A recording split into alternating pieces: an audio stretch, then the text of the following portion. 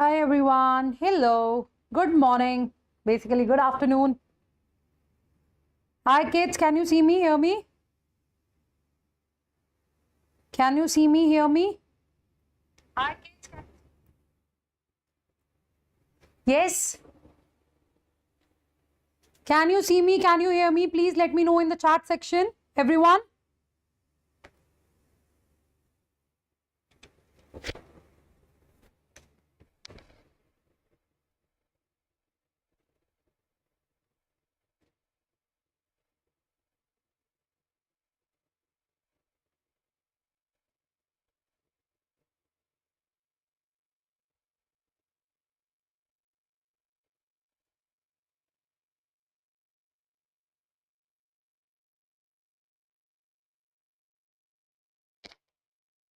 Okay, so good afternoon everyone. Welcome to Unacademy NEET English. I'm your biology educator Ambika Sharma, and today we will continue the chapter Human Reproduction, right? Already we have discussed male reproductive system and female reproductive system. Today we are going to start with the gametogenesis, and then obviously the next step, the fertilization, everything we are going to cover in today's session. So I hope you are excited. I hope you guys are revising the lecture properly. I hope you are reading it from the NCERT properly. Right? Namaste, namaste, namaste.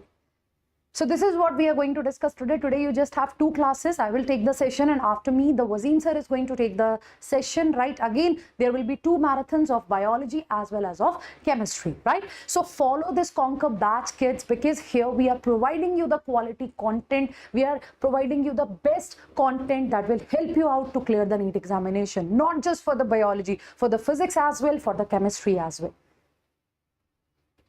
Okay, so guys, is there any issue with the voice? Is there any issue with the voice? I think it's perfectly fine.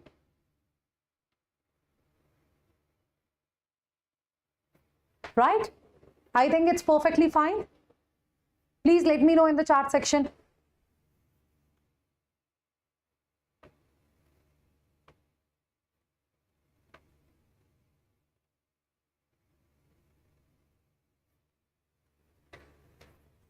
Okay, so we are going to start the class. Okay, so let's start the class, and today we will start with the hormonal control. But before that, let me tell you, bache, see, if you want to join the NEET Energize batch, or your NEET Avengers batch. Basically, NEET Energize batch is the entry point for the NEET Avengers batch. So what you have to do, see the description box here. You just need to click the link, right? So you can fill your details, your mobile number, your email ID. The coupon code Avenger is already applied, and you will get this batch at a price of 14999. And bache, it is the best batch. You can ask from the students of the Avengers batch. They are very happy, right? Properly, we are having the classes, the revision, the doubt sessions, the test, and again the test discussion sessions as well. Okay, so if you really want to boost your NEET preparation, yes, this batch is for you, because the team is amazing, the content is amazing, and the way we have planned the session, it is very good for you. The 11th and 12th schedule is designed in such a way so that you can understand the chapter properly. Okay, so be the part of this batch. I want to see you all there in this batch. Okay, so now let's start the class, and today we will start with the hormonal control. But before that, see, you know that in the last classes we have already discussed that what are the events in the reproduction, right? I'll start from this part today. Do you remember this? We have already covered the events in reproduction. Can you tell me the trick for it? Yes, everyone in the chat section. Can you please tell me the trick for the events in reproduction? Or you can just simply mention the names. You can just simply mention these processes in one go. Events in reproduction, quick, everyone. Events in reproduction, quick. So here we have this GIP, SIP, and GO, right? So what is this GIP, SIP, and GO? We start with the gametogenesis, then insemination, fine, then insemination, then fertilization, cleavage, implantation, right? Cleavage, then comes the implantation, then placentation, then comes the gastrulation, organogenesis, and then the parturition. Okay, then what do we have? Then the parturition is there. Okay, so gametogenesis, gamete formation. So in gametogenesis, we will talk about the spermatogenesis in the case of males and the oogenesis in the case of females. Right, bache? So to understand these processes, firstly, we need to know that what is the male reproductive system, the different parts in the male reproductive system and different parts in the female reproductive system. So in the previous sessions, we have already covered this part. So today, directly, we are starting from the gametogenesis and we will try our best to finish the chapter in today's class only. Okay, bache? So that is the first point. Now, we know that in the case of humans, there is a sexual dimorphism, isn't it? In the case of humans, I think you know it very well that there is the sexual dimorphism. There are two forms, there are two sexes. One is male, another is female. So one is male reproductive system, another is female reproductive system. So now the male gamete is sperm. So in the case of males, spermatogenesis will occur. In the case of female, oogenesis will occur. This is what we know. But when? Right? This is the point. We will discuss the process, that how it will take place, but before that we need to know when will it start. So the answer here is puberty, isn't it? Puberty.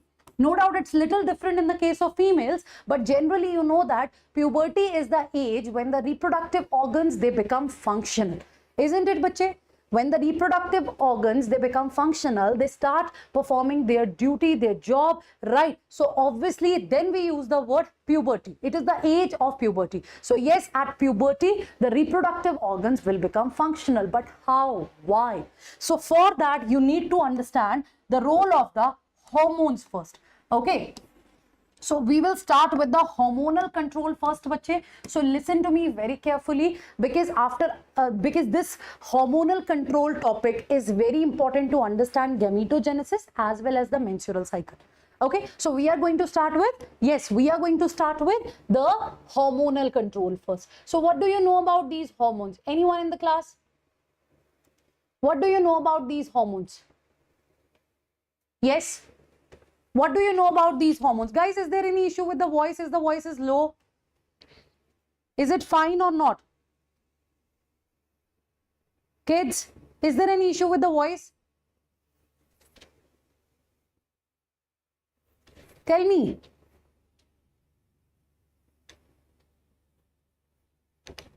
Is there any issue with the voice? It's perfect. Okay. So yes, you are right. We will discuss about the gonadotropins. But see, please take out your pen and paper and then note down. So you know that we have the supermaster gland, and that supermaster gland is what? That is hypothalamus, yes or no?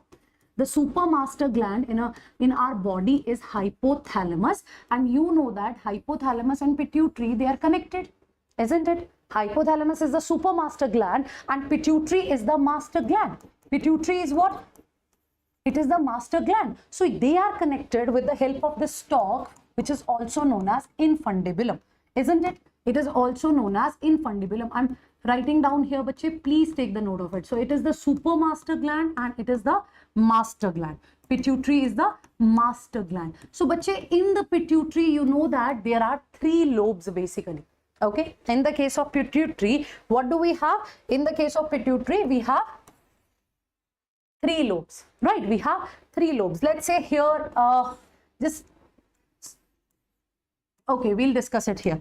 Actually, there are 2 parts in the pituitary. Okay, there are 2 parts in the pituitary, but in that 2 parts also, we divided into anterior lobe, middle lobe and the posterior lobe. Anterior lobe, middle lobe and the posterior lobe. See, bache, for pituitary, we also use the word hypophysis, isn't it? We also use the word hypophysis for the pituitary. So we have 2 parts. One is adenohypophysis. Yes, one is adenohypophysis and another is neurohypophysis. Right? These are the 2 parts in the case of pituitary. One is adenohypophysis and another is neurohypophysis. Now, here in this adenohypophysis, which is the right here in this adenohypophysis, we have 2 lobes. One is the anterior lobe of pituitary and another one is the intermediate or the middle lobe. Clear बच्चे? Intermediate or the middle lobe. You know that this topic is from your class 11th, isn't it? It's a class 11 topic, but again it's a very important topic. So I'm repeating it again. Pituitary, the master gland; hypothalamus, the supermaster gland. So this pituitary is also known as hypophysis, and here you have two parts, right? What do you have here? Adenohypophysis and the neurohypophysis. Adenohypophysis and the neurohypophysis. So this adenohypophysis, it contains anterior lobe and the intermediate lobe. For anterior lobe, we also use the word pars distalis, and for the intermediate lobe, we also use the word pars intermedia, isn't it? We also use the word pars intermedia, isn't it? Right? And another is the neurohypophysis, which is also known as pars nervosa. What is it? It is also known as pars nervosa, right? These are the three parts. Now, here in the chapter, in the human reproduction topic, mainly we will discuss the anterior lobe of pituitary, that is your pars distalis. Okay, that is what we are going to discuss. So anterior lobe of pituitary releases 6 hormones. Okay, it releases 6 hormones, but we need to focus on the gonadotrophins. Okay, so for this particular topic, what we need to know? We need to know about the gonadotrophins. Okay, so in the case of, so here this pituitary, the anterior lobe of pituitary, okay, the anterior lobe of pituitary, it releases gonadotrophin. So there are two names, bache. One is FSH, another is LH.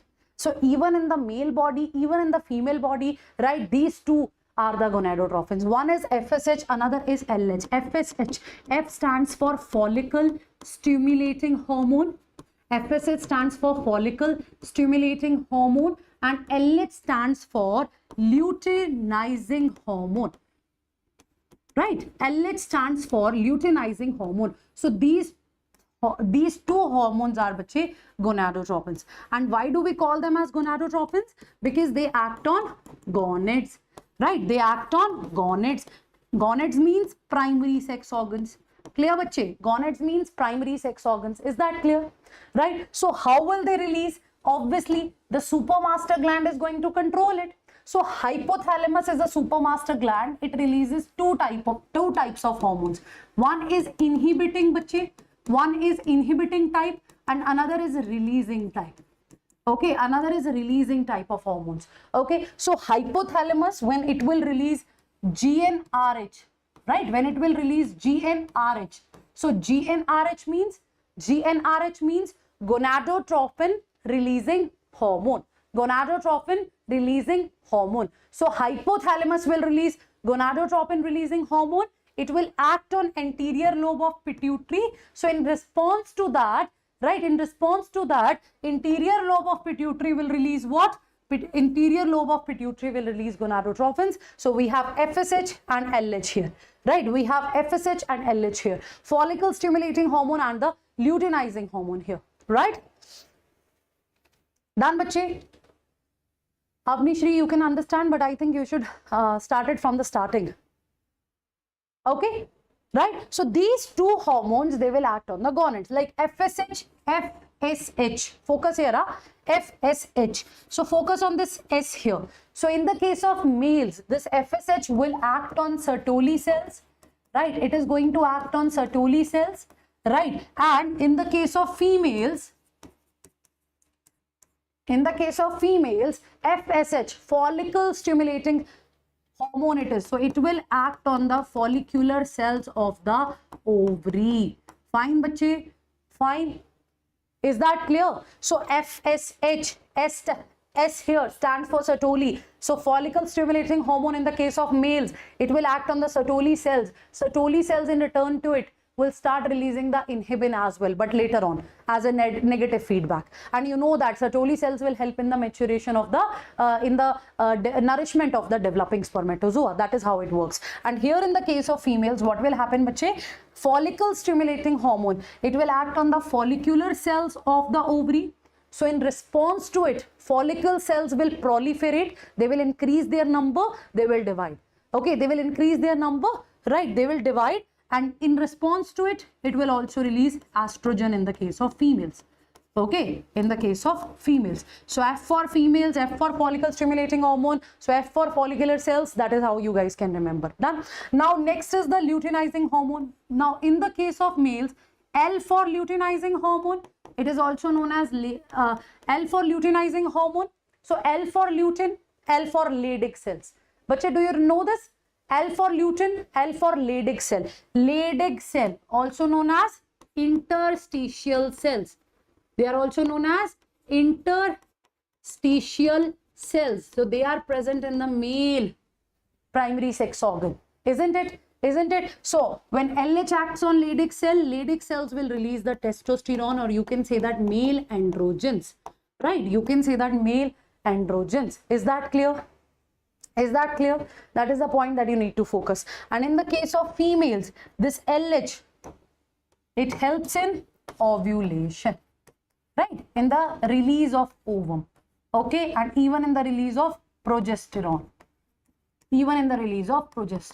So that is the hormonal control basically. So for this part we will discuss again, right, while reading the gametogenesis, but this is what you need to know, this is what you need to remember. So up to this part, all clear, bache? And this is important for the gametogenesis as well, for the menstrual cycle as well. So is that clear? Yes, everyone. Is that clear? Yes or no? Yes, Jyoti, Shri, Harsha. Clear? So now let's start the spermatogenesis first. Right? We'll start with spermatogenesis. What is it? It is spermatogenesis. So, bache, spermatogenesis. Genesis means formation. Yes or no? Genesis means formation. So it is spermatogenesis means sperm formation. Isn't it? It is spermatogenesis means it is the sperm formation. Isn't it? Yes or no? Yes or no? It is spermatogenesis means sperm formation. So in the case of boys, it will start at the age of puberty, and the site of this spermatogenesis is seminiferous tubule. Where will it take place? Where will it take place? Seminiferous tubules. Clear? Seminiferous tubules. Remember, in the testes, in the testicular lobules, these 1 to 3 highly coiled seminiferous tubules are present. That's the point. Okay, that's the point. Now, in the case of spermatogenesis, there will be 3 steps. Okay, there will be 3 steps basically. The proliferation phase will be there, right, where the cell number will increase. The growth phase will be there, and the maturation phase. Even in the oogenesis and even in the spermatogenesis, these are the 2. Right, these are the 3 steps that you people will see. Okay, these are the 3 steps that you people will see. Clear? Clear? So first is proliferation phase, or you can also call it as multiplication phase.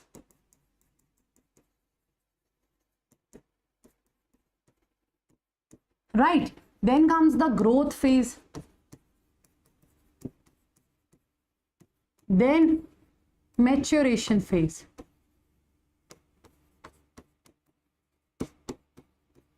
Right, then the maturation phase. These are the 3 steps ultimately in spermatogenesis as well, even in the oogenesis. Now, do you remember the structure of the seminiferous tubule?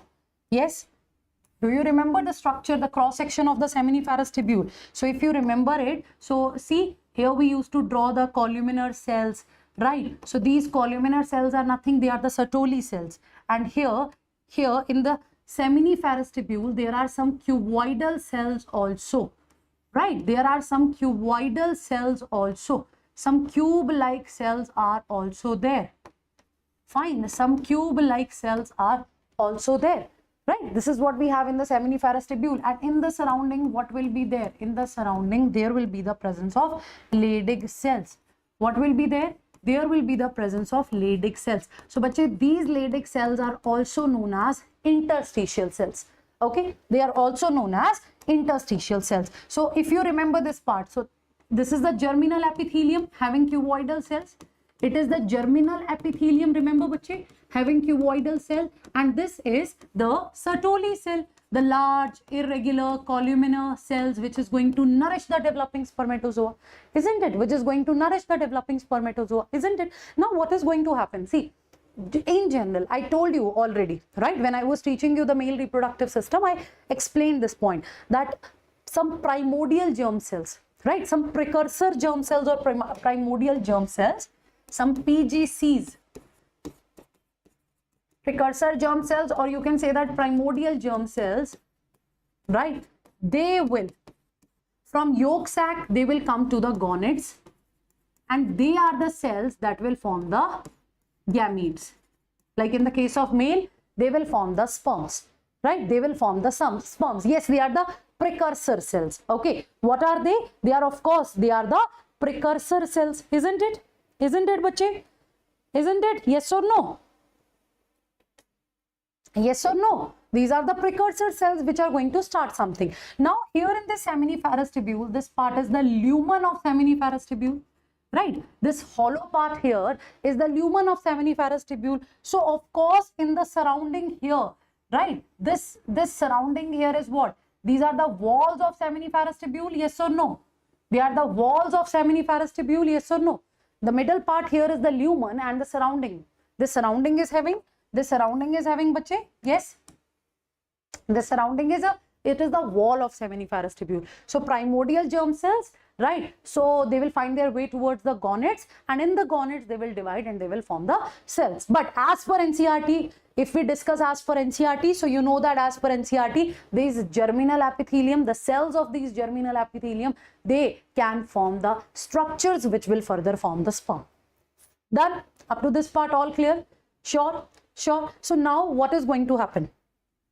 Here, these primordial germ cells, they will form, like these germ cells are basically, let's say, spermatogonium, right? This individual cell is spermatogonium, the plural is spermatogonia, right?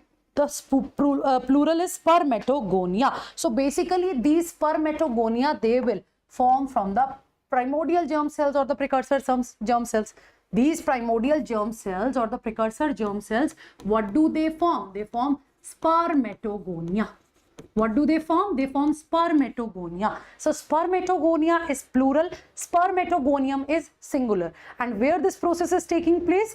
Here in the walls of the seminiferous tubule, right? Here in the walls of the seminiferous tubule. Is that clear? First point clear. Now what is going to happen here in, to the spermatogonium, right? But obviously it is a diploid cell. It is not haploid, it's a diploid cell. And when we use the term germ cell, it's a cell which will form the gametes. Okay, when we use the word germ cell, it is a cell which form the gamete. It is a cell which form the gamete, right? So now, of course, when boys, they will attain the age of puberty, then what is going to happen, bache? Then what is going to happen? The FSH will release. The FSH will act on this Sertoli cell, right? And moreover, that LH, luteinizing hormone, will release. It will act on this Leydig cell, isn't it? This luteinizing hormone will act on this Leydig cell. Leydig cells are also known as interstitial cells, bache. So that is why this luteinizing hormone, sometimes it is also known as interstitial.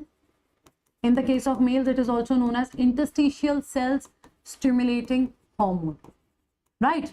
Interstitial cells stimulating hormone, right? ICSH, interstitial cell stimulating hormone. Clear, bache? So LH will act on Leydig cells. Remember this. LH will act on Leydig cells. Leydig cells in response to that will release testosterone, and that testosterone will help in this spermatogenesis. Clear, bache? That testosterone will help in the spermatogenesis. So obviously hormones are important for this process. 110% hormones are important for this process, isn't it? So now under the influence of these hormones, the spermatogonium, right? Let's take the example of an individual spermatogonium. So this spermatogonium, you know that it is what? It is diploid, right? It is diploid. So initially, right, so they will divide many from these primordial germ cells, many spermatogonia will form. Is that clear? Many spermatogonia will form. Now, let's take the example of an individual, let's take the example of a single spermatogonium to explain this process. Now, the spermatogonium will undergo growth. I told you now the first phase is multiplication. The first phase is multiplication, right? And the second phase is growth. Now, what is going to happen? The spermatogonia will increase its number. So, first of all, let's talk about the multiplication itself. Okay, it is going to increase the number. So, bache, you know that, right? You know that for increasing the number, for cell proliferation, Jyoti, which division is required? It's mitosis, right? It is the mitosis. So, here, these spermatogonial cells, the spermatogonia will undergo mitosis. It will increase its number. Okay, it will increase its number. Like, see, they will divide 2n, 2n, 2n, they will increase its number. Now we will discuss it in a little different way. Let's say this spermatogonia, it gets divided into two cells, right? Type A spermatogonium and type B spermatogonium, right? Let's say here you have this spermatogonium, it is dividing into type A spermatogonium, right? Type A spermatogonium and type B spermatogonium. Fine. Type A and type B. Type A and type B. Clear? So ultimately it is doing it with the help of mitosis. So of course type A is also diploid, type B is also diploid. Isn't it? Type A is also diploid, type B is also diploid. So now this type A spermatogonium, see, they both are having different fates. That is what we believe. Okay. So what will happen here? They will increase their number, right? So the multiplication is going on. So basically this type A spermatogonium, it will divide again. It will again form type A spermatogonium and type B. Type A spermatogonium and type B. And again this type A will divide. It will again form type A spermatogonium, type B. So can I say that after mitosis, when we are getting these two cells, so out of it, one cell is again dividing.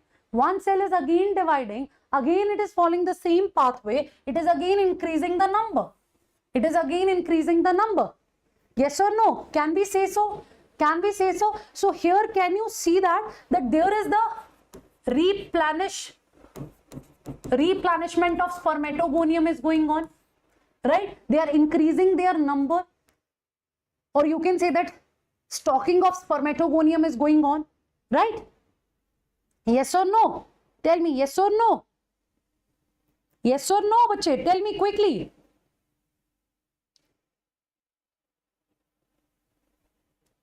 Yes?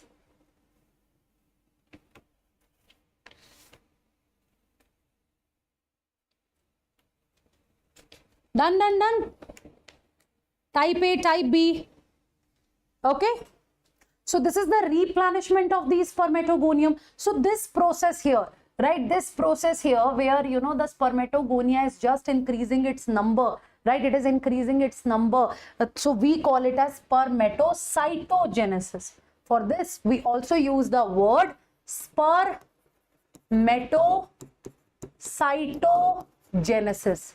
Okay, that so many these spermatogonia they are forming, right? So it is basically the replenishment of these spermatogonia. So it is the spermatocytogenesis. In general, this procedure is spermatogenesis, right, Jyoti? The word here is spermatogenesis. So here in spermatogenesis, we will discuss it into two parts. One is spermatocytogenesis, right, in which we talk about the replenishment of these spermatogonial cells, and second is the spermiogenesis. Is that clear?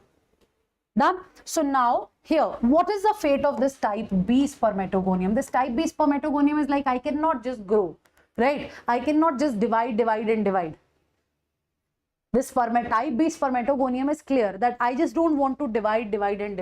I want to do something else. So what is the fate of this type B spermatogonium, bache? It will grow, right? It will grow. You will see cytoplasmic growth. You will see increase in size, Okay, you will see its cytoplasmic growth. You will see that it increases in the size, and this type B spermatogonia, then it will grow, it will become larger, and we used to call it as primary spermatocyte, right? We used to call it as primary spermatocyte. Done, bache? Again, it is also diploid. Done. So type A will divide again and again. Mitotically, it will divide.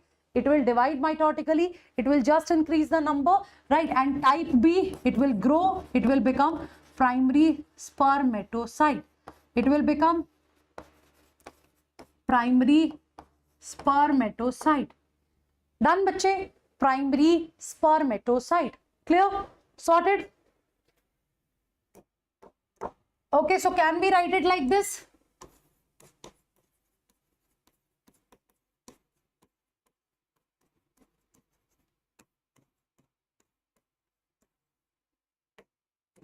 See, these steps are important, bache.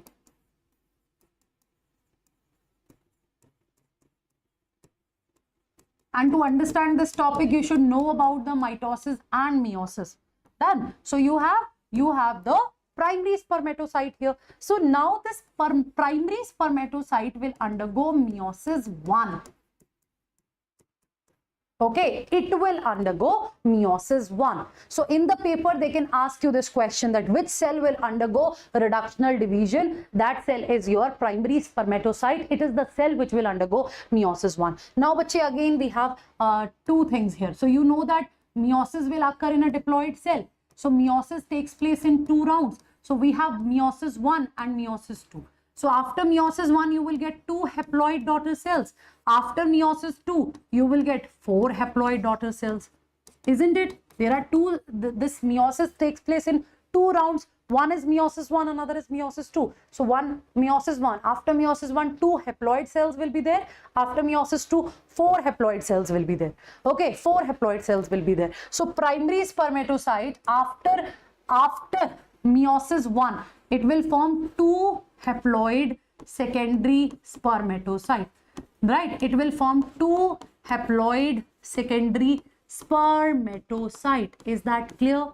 2 haploid secondary spermatocyte. Okay, so now these secondary spermatocyte, they will also undergo meiosis 2, right? They will also undergo meiosis 2, and you will get 4 haploid spermatids, right? You will get 4 haploid spermatids. Clear, bache? So spermatogonium, right? One cell will divide, another will grow. It will become primary spermatocyte, which will undergo meiosis 1. So after meiosis 1, we will have 2 haploid secondary spermatocyte, and after meiosis 2, we will have 4 haploid spermatids. Okay, 4 haploid spermatids. Done, bache? Done. So can we say that one spermatogonium, one diploid spermatogonium is giving us one diploid spermatogonium or one diploid primary spermatocyte is giving us 2 secondary. One is giving us 2 secondary spermatocyte, and it is giving us 4 spermatids. Right? It is giving us 4 spermatids, isn't it? That is what we can say. That is what we can say. Yes or no? Of course. Now, bache, these spermatids, they have the cytoplasmic connection. You will not say that these are the individual cells. No. No. They all are having the cytoplasmic connection. Do you know why? Right? You know that in the case of human males, the chromosomes are X and Y. X and Y chromosomes are there. So during gamete formation in these haploid cells, right, one will have X chromosome, another gamete will have Y chromosome, right? Randomly, randomly, this is what we will get in the case of this spermatogenesis. When you talk about these 4 gametes, one cell can have the X chromosome, right? In one gamete, you can have the X chromosome, another gamete can have the Y chromosome, right? So let's say they all are having the continuous cytoplasmic connection. Why is it so? Why is it so? Because one cell is having the X, another is having the Y.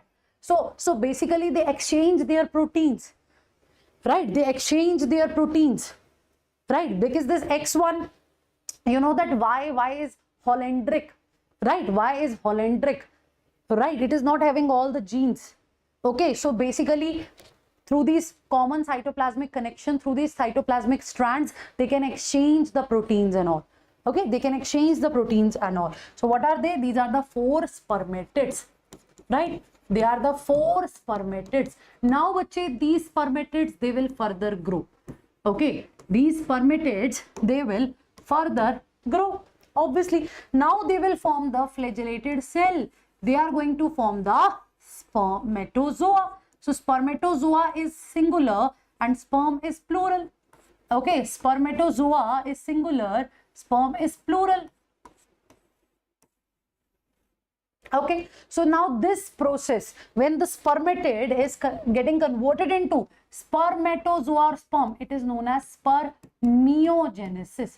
What is it, bache? It is known as spermiogenesis. This is important, right? So maturation of spermatid to sperm is known as spermiogenesis. So we have 3 words. One is spermatogenesis. Spermatogenesis means sperm formation. Spermatogonia to sperm formation is basically spermatogenesis. When it is spermatocytogenesis, we are talking about the replenishment of the spermatogonial cells. We are discussing that spermatogonia will divide, it will increase its number, it will proliferate, right? And the third word is spermiogenesis. So formation of spermatozoa, formation of flagellated sperm from the spermatid is known as spermiogenesis. Right, it is known as spermiogenesis. Clear, bache? Clear, bache? So, in this nourishment, who's going to help? Sertoli cells. Right, Sertoli cells will help in that nourishment. Isn't it? Isn't it? Tell me. Sertoli cells will help in that nourishment. Right, they will nourish these developing spermatozoa. Isn't it? So, this transformation is spermiogenesis. This transformation is spermiogenesis. Clear, bache? Clear, bache? So in human beings, this maturation phase, now it is the maturation phase. This maturation phase is the longest phase. Clear, bache? This maturation phase is the longest phase. So this is spermiogenesis, which is also known as spermatogenesis. Right? It is also known as spermatogenesis. Okay, spermatogenesis and spermatogenesis is same. Fine, fine. So these are the mature sperm cells. Okay, now what is going to happen, bache? Now see here. Yes, see here you will see these stages. Like here, let's say there will be the diploid, right? Let's say here you have in the wall of seminiferous tubule, these stages will take place. No, so this primary spermatocyte, it will grow, it will form secondary spermatocyte, it will form spermatid, right, bache? So they all are getting nourishment from this cell, right? From this columnar cell, from this irregular columnar cell, right? Like this. You know that Sertoli cells, their function, they will form blood testis, sperm and blood testis barrier, right? Sperms will not come in direct contact. Okay, it will not come in direct contact with the blood. Okay, and these Sertoli cells, they will even concentrate the androgen binding protein. Okay, so because of that, the testosterone from the surrounding, it will diffuse here, and this testosterone will help in the spermatogenesis, right? So here in the wall of this seminiferous tubule, the spermatid will mature into the developing sperms. So up to this part all clear? Up to this part all clear? Now the next point here is, bache, the next point here is these sperm cells, they will leave the seminiferous tubule part, they will say tata bye bye to this Sertoli cell, and they will find their way, right? They will basically get released into this lumen. Okay, they will be released into the lumen. Okay, so now when the mature sperms, they form, right, after the formation of these mature sperms, right, they will release into the lumen. They leave Sertoli cell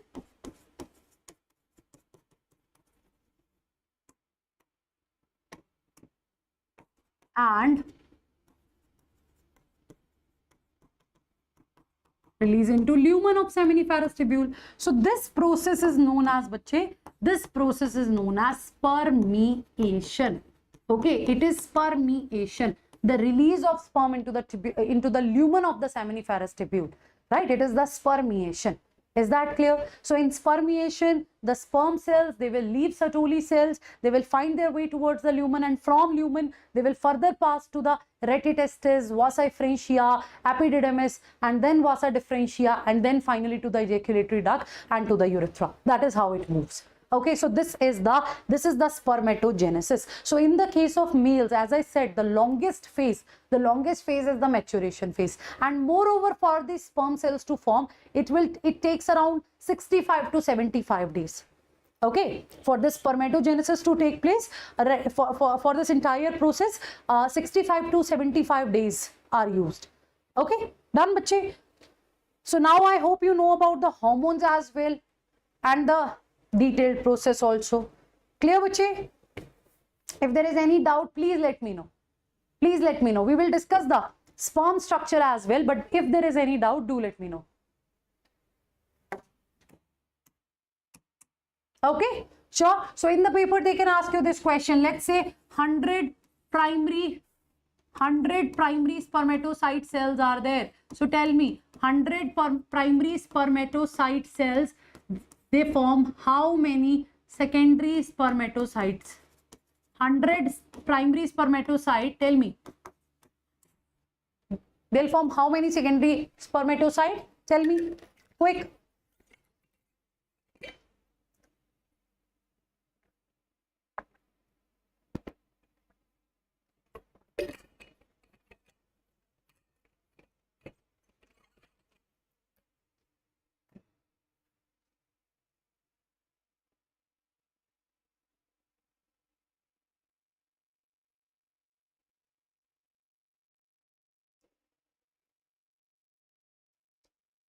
Yes, exactly. So 100 primary spermatocyte, they will form 200 secondary spermatocyte, and they will form 400 spermatids or sperms. Okay, it will form 400 spermatid or sperms. Clear, bache? So yes, they can ask you these type of questions. So in nature, generally, male gametes are more in number and female gametes are less in number. So we will compare it with the oogenesis. We will see in oogenesis, one oocyte will form one ovum, but here one primary spermatocyte is forming 4 sperms. Clear, bache? 4 sperms. So this is what you need to remember. So now see, spermatid to sperm in this maturation phase, obviously spermatids, they are circular phase. This is a flagellated cell. This is the difference that we will notice, but there are some other changes also, and we will talk about it now. Okay, that is what we are going to discuss now. So now what we have to discuss, we need to discuss the structure of the sperm. Then we will start the female part. So here, bache, you can see beginning at approximately age 8, hypothalamus increases the production of gonadotropin releasing hormone, which triggers the anterior pituitary to release luteinizing hormone, right? And LH and FSH trigger this testosterone production in the testes and estrogen production into the ovaries. Okay, so we'll share the PDF, you will get these notes, and then you know that. So these sex hormones, they are responsible for spermatogenesis, and even this testosterone is responsible for the secondary sexual characters in the male. What are that secondary sexual characters? Bache, penis and scrotum will grow, facial hair grow, larynx elongates, lowering of voice will be there, broadening of shoulder will be there, body, armpit and pubic hair will grow, musculature increases, body weight. Okay, so these are the secondary sexual characters. So when testosterone will be released, so obviously we'll see that type of changes in the male body. And in the female body, I told you, estrogen, after the release of estrogen, the breast development and maturation will be there, hips will broaden, pubic hair will start their growth. Okay, pubic hair will start their growth. Done. So before puberty, the hypothalamus and pituitary, they are very sensitive to negative feedback. Okay, so during puberty, the sensitivity decreases, right? So because of that, production of testosterone and estrogen, right, it will be there, and it is going to stimulate the formation of secondary sexual characters. So this is what you need to remember, bache. So see, this is dedicatedly in the case of males. Now see, in the case of males, there is one more point, okay, and that is, see, if there is the excess of spermatogenesis, if there is the excess of spermatogenesis. So what will happen, bache? This will act like a negative feedback. Okay, it is going to act like a negative feedback, like when there is excess of spermatogenesis, so a signal, a negative feedback will pass to the hypothalamus, to the pituitary basically. Okay,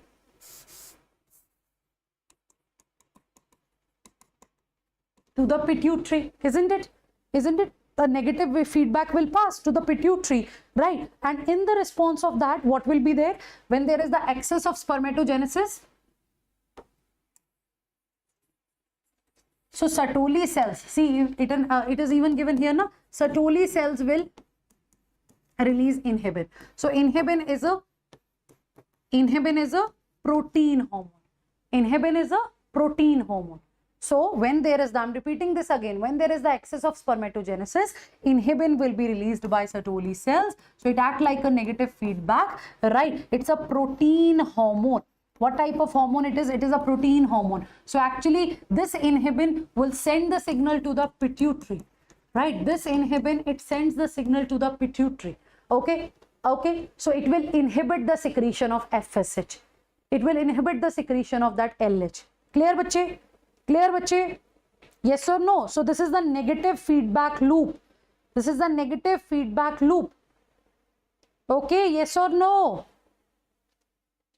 So excess of spermatogenesis will result in the release of the inhibin. Inhibin will send a negative feedback loop to the pituitary and the hypothalamus, right? That now there is no need for spermatogenesis. So they will stop the secretion of FSH and LH. Okay. They will reduce the secretion of FSH and LH. Clear, bache? Done? Any doubt? Any doubt? So it is the negative feedback. It is the negative feedback, not the positive. It is the negative feedback. Done? So next is the sperm structure that we need to discuss and see. This is the complete diagram. So you should remember the stages: spermatogonia, primary spermatocyte, secondary spermatid, then spermatozoa. Okay, that is important. So now this is what we need to discuss, and that is the sperm, right? The structure of the sperm. So first of all, bache, just have a look. You can see the head, neck, the middle piece and tail is there, isn't it? Head, neck, or you can say that head, yes, head, neck, middle piece and tail is there. So broadly we say in the structure of sperm, there are three parts: head, neck and tail. Head, neck and tail, isn't it? So in the head region, here near to the tip, right, near to the tip, you will find acrosome. You will find acrosome. So acrosome is a structure in which enzymes are present, which will help in fertilization. We will discuss about it. Then here in the head region, you will see the nucleus, and here you obviously only one set of chromosome is there. Sperm cell is basically haploid. Humans are having 46 chromosomes in the diploid stage, but the sperm cell, because it is haploid, it is having the 23 chromosomes, right? It is having the 23 chromosomes. Clear, bache? Now here in the neck region and the, here in the neck region and in this middle part, okay, here you will see centrioles, the mitochondria, right? Centrioles and mitochondria, and this part is the tail part, right? This is the flagella, which will help in the movement. Clear, bache? These are the three parts. Of course, these are the three parts. So now this is what we need to discuss. And yes, here the acrosome part is very important. Clear, bache? Clear, bache? Acrosome part is very important. Done? So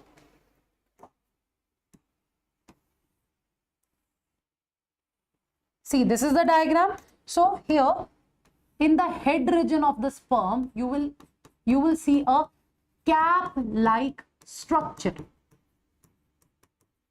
right? What will you see in the head region of the sperm? Let me mention it here.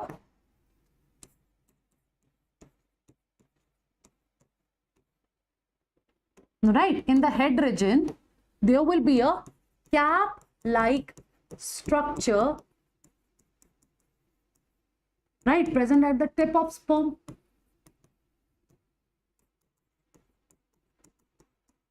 Present at the tip of sperm, and that head-like structure is known as acrosome. What is it?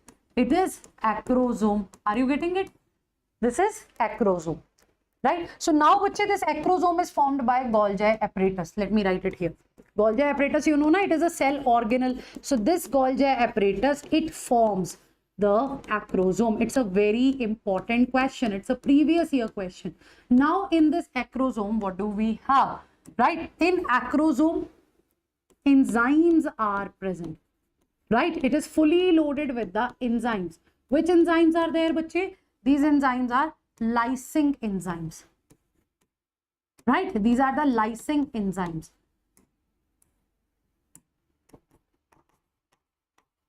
What are they? They are the lysing enzymes. Isn't it? Isn't it? Acrosome. So acrosome will contain lysing enzymes, or you can lysing enzymes, which are lysins basically. Lysins basically, or lytic enzymes are there. It's lytic enzymes. So these lytic enzymes are lysins, the zona lysin, acrosin. Okay, zona lysin, acrosin. Yes, you can also call it as hydrolytic enzymes. So basically, acrosome is formed by the Golgi apparatus. So acrosome contains the enzyme. The lytic enzymes are present here. So you will have sperm lysin. Okay, hyaluronidase. Hyaluronidase is also present, right? And zona lysin. Sperm lysin, zona lysin, it is all same, right? And even corona radiating enzyme is also there, right? Sperm lysin, zona lysin, they are all same. And here one another enzyme, corona radiating enzyme, is also there.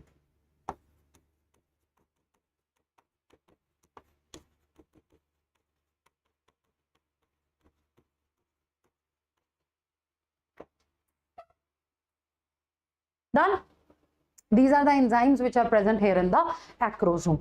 Okay, so these are lytic enzymes. Lytic enzymes means they will cause the breakdown. Okay, so let's say here we have the sperm lysin. As I said, it is also known as zona lysin. So it will dissolve the egg membranes. These enzymes are basically meant for dissolving the egg membranes. Like zona lysin will dissolve the zona pellucida, right, which is an egg membrane. We will talk about it. Okay, the hyaluronidase enzyme. Actually, bache, what is happening? In our body, we have a cementing material. Let's say there are some cells. Okay, obviously these cells are connected together. These cells are connected together. So they are connected together by a hyaluronic acid. I hope you all know about this name, hyaluronic acid. In class 11th also we discuss about the hyaluronic acid. It is very important for the beauty as well. These days in many shampoos they talk about, right? These days in many shampoos they even talk about the hyaluronic acid, right? They are even talking about the hyaluronic acid, right, bache? Right? So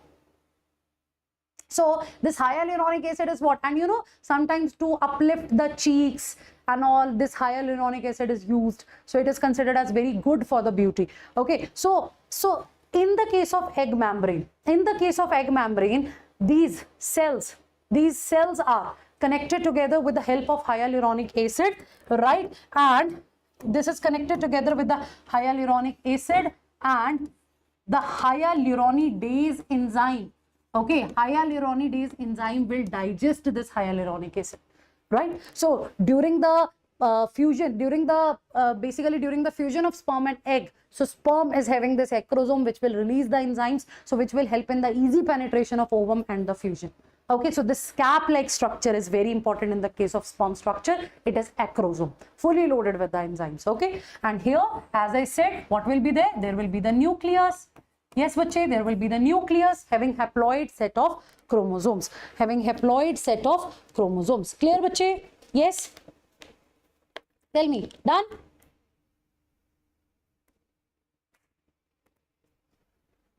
Okay. So here in the nucleus, yes, you will see some, you know, protamines.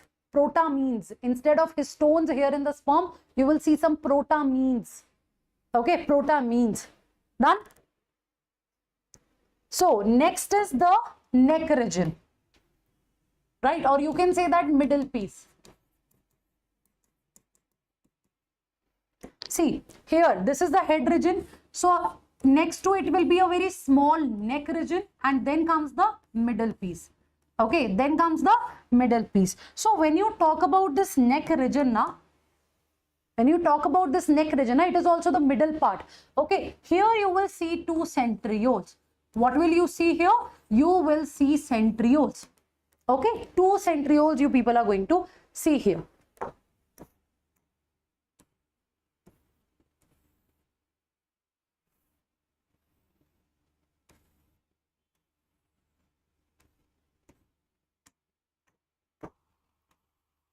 See, two centrioles are there. One is proximal, right? And another one is distal centriole, right? It is also the basal centriole. Distal centriole. One is proximal, another is distal. See, bache, the sperm structure is in such a way that it can help in fertilization, right? In the case of ovum, this is what we will discuss, that ovum is not having, right? That ovum is not having the centriole, and centriole is very important for the spindle apparatus formation. So that centriole during fertilization will be provided by the sperm. So in the sperm, all the important structures are present here. So proximal centriole is there, then comes the distal centriole, right? Then comes the distal centriole. So see, from this distal centriole, a rod-like structure will form. Obviously, a rod-like structure will form. It will also pass from the middle piece. Okay, it will also pass from the middle piece. It is actually the axial filament. Clear, bache? It is actually what? It is the axial filament. Okay, done? Yes or no? So basically, this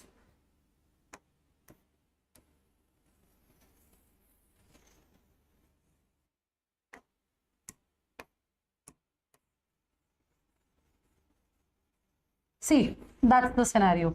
So from this distal centriole, a rod-like structure will form. That is the axial filament basically. What is it? That is the axial filament. Okay, that is the axial filament. Now what is going to happen? See, it is passing from the middle piece. It is also there in the tail region. So what is going to happen next? Here you will see in the middle piece, around this, right, around this axial filament, you will see that mitochondria is spirally arranged. Are you aware of it? In the sperm cell, so many mitochondria are there, and you know that it is important for the energy. So spirally arranged mitochondria is present here. Okay, spirally arranged mitochondria is present here, which is the source of energy. And next to this, this is the tail region where it is forming the flagella. Now, bache, we also use the we use a particular word for this. Yes, we use a particular word for this spiral sheath of mitochondria. Can you tell me what is it? Can you tell me what is it? Yes, bachcho?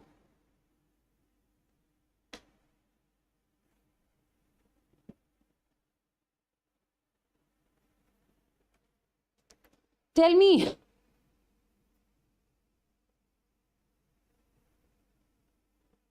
What is it? Exactly, it is the Nebenkern. So here you guys can see around this axial filament, this mitochondria is spirally arranged, right? So this spiral sheath of mitochondria is this spiral sheath of mitochondria. The spiral sheath of mitochondria is what? It is the Nebenkern, right? It is the Nebenkern. Are you getting it? It is the Nebenkern. Clear? Nebenkern sheet it is. And even bache, there is a very single layer of single cell layer of cytoplasm also here in the middle piece. You used to call it as manchette. Okay, a single layer of cytoplasm is also present in this form. That is the manchette. Okay, so now next to it, here you guys can see this axial filament. Here it is forming the flagella. Obviously it will have 9+2 arrangement. Remember, 9+2 arrangement of microtubules will be there. Ultimately centriole is what? 9+0 arrangement. Remember, cartwheel like structure, 9+0 arrangement. But this flagella is having 9+2 arrangement. So ultimately it is made up of tubulin protein. This is what you need to keep in your head. Okay, ultimately it is made up of tubulin protein. Fine, it is made up of tubulin protein. So in the middle piece, you will see the centrioles, you will see the spiral sheath of mitochondria. So mitochondria is the powerhouse of the cell. So obviously these mitochondria will release the energy, right? They will form the ATP, and that ATP is required for the movement of the sperm. Okay, that ATP is required for the movement of the sperm. But here, bache, I'll add one point. If you remember the structure of the centriole, the structure of the flagella. Do you remember the structure of the flagella from your class 11 syllabus? The structure of the flagella. So when we talk about the structure of the flagella, we discuss now there are 9 peripheral doublet fibrils and there are 2 central fibrils. There are 9 peripheral doublet fibrils and there are 2 central singlet fibrils covered with the sheath. So that is how it is present. Do you remember this, bache? That is how it is present. Yes or no? Like these are the A and B. They are what? They are the microtubules, right? Made up of tubulin protein. And these two arms, they are basically the dynein protein. What is it? It is the dynein protein. Dynein arms it is. So one more protein is present here, dynein protein. So bache, this dynein protein is an ATPase. It will hydrolyze the ATP. Okay. It is an ATPase. It hydrolyzes the ATP, and that will use for the energy for the movement. This is about the sperm structure. Okay, this is about the sperm structure. So basically this, so as I said, in the head region, obviously the chromatin is present, which is highly condensed. But as I said, you won't get histone proteins there. Instead of that, there will be the protamines. Okay, there will be the protamines. Clear? Protamines will be there. So any doubt in the diagram part? See the centrioles. One, ring centriole is also there, but that is formed at the basal part basically. But right, but that is not so important. But see this axial filament is passing from the middle piece. So these mitochondrial sheath is there, known as Nebenкern, and here you will have that centrioles. Done, bache? Okay, any doubt? Any doubt? Sure? Sure? So see, it is given in NCERT. So I hope it is clear. So remember, it is the dynein protein in the sperm structure in the flagella, which is an ATPase, which will release the ATP, and that ATP will be used for the movement in the case of sperm. So now, bache, rest structure here, the middle piece, the rest structure here, the middle piece and the tail, it is all covered with the plasma membrane. Fine, the structure itself is covered with the plasma membrane. Okay, done. And here, right, over the sperm structures, here some receptors are present, but you know that sperms are present in the semen, so they also get covered with some fat layers, some cholesterol also covers it. So that is how it is present. So see, it is given in NCERT and you really need to revise it. Okay, right? So remember, during single ejaculation, a healthy individual releases 200 to 300 million sperms during a coitus, right? A healthy individual releases 200 to 300 million sperms during a coitus, out of which for normal fertility, at least 60% should have, right, normal shape and size, and at least 40% should have vigorous motility, right? 40% should have vigorous motility. Is that clear? Done, bache? Is that clear? Done. And the sperms which are released from seminiferous tubule, you know that they will transported by the accessory ducts, right? So secretions of epididymis, vas deferens, seminal vesicle and prostate, they are important for the maturation and the motility, right? They are important for the maturation and the motility. So I'm repeating this point again, that when you talk about epididymis, it's very important for sperms to get stored here, right? So they will get the maturation here in the epididymis. So if sperms, they are not stored in the epididymis, they will not get the motility. So at least for 18 to 24 hours, they need to get stored here in the epididymis, which is also going to help in the maturation of these sperms. Clear, bache? Clear? So the secretions of seminal vesicle, the secretion of your prostate, right? Along with sperm, they are forming the semen. So semen, you know that it is alkaline, having fructose, prostaglandins, some profibrinolysin enzymes, fibrinolytic enzymes are there, right? Citrate, inositol, fructose, right? That type of things are present in the semen. So composition of semen is important. Okay, composition of semen is important. Done. So any doubt? Tell me, do you have any doubt? This chapter, this topic is important. Okay, sure.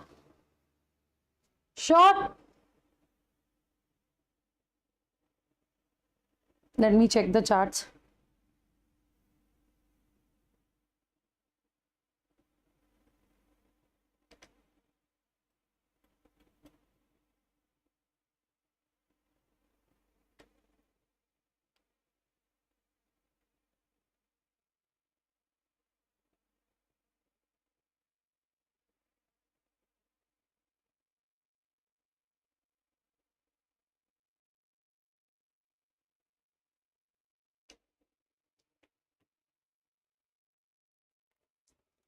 Okay, done. So now we will talk about the female system.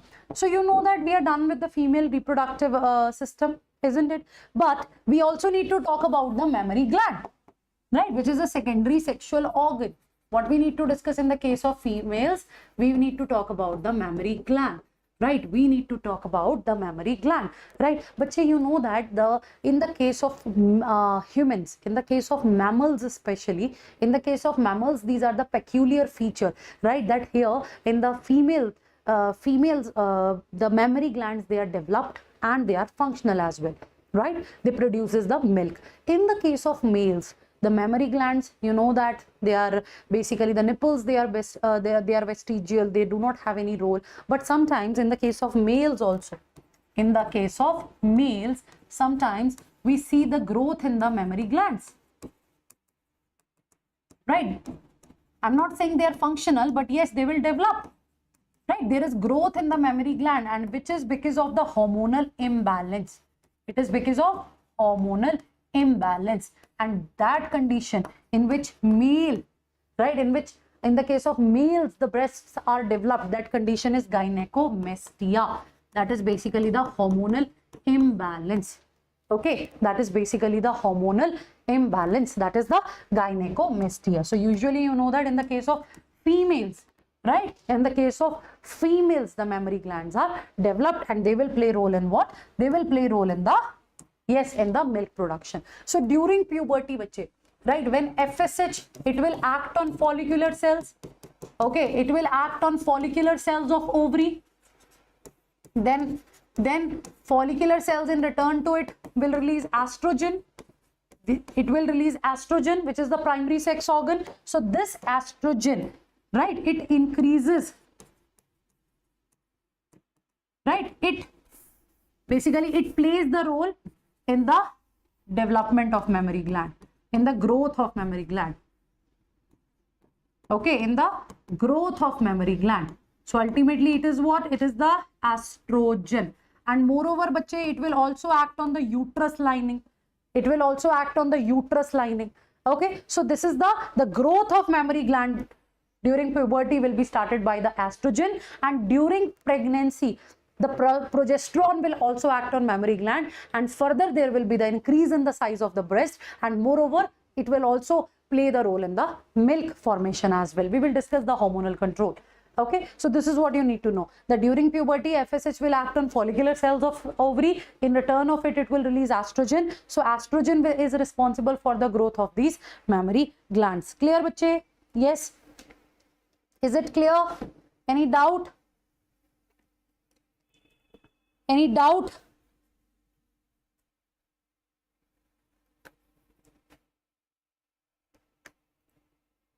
Okay. So where are they present, these mammary glands? The diagram is given in the NCERT. So where are they present? So in front of thorax, right, near to that pectoralis major muscle, na, this mammary glands, they are developed. So mammary gland is nothing, it is just the fat, right? It is just the fatty tissue. So where is it present? It is present over the pectoralis major muscle. Okay, let me write it. Present over the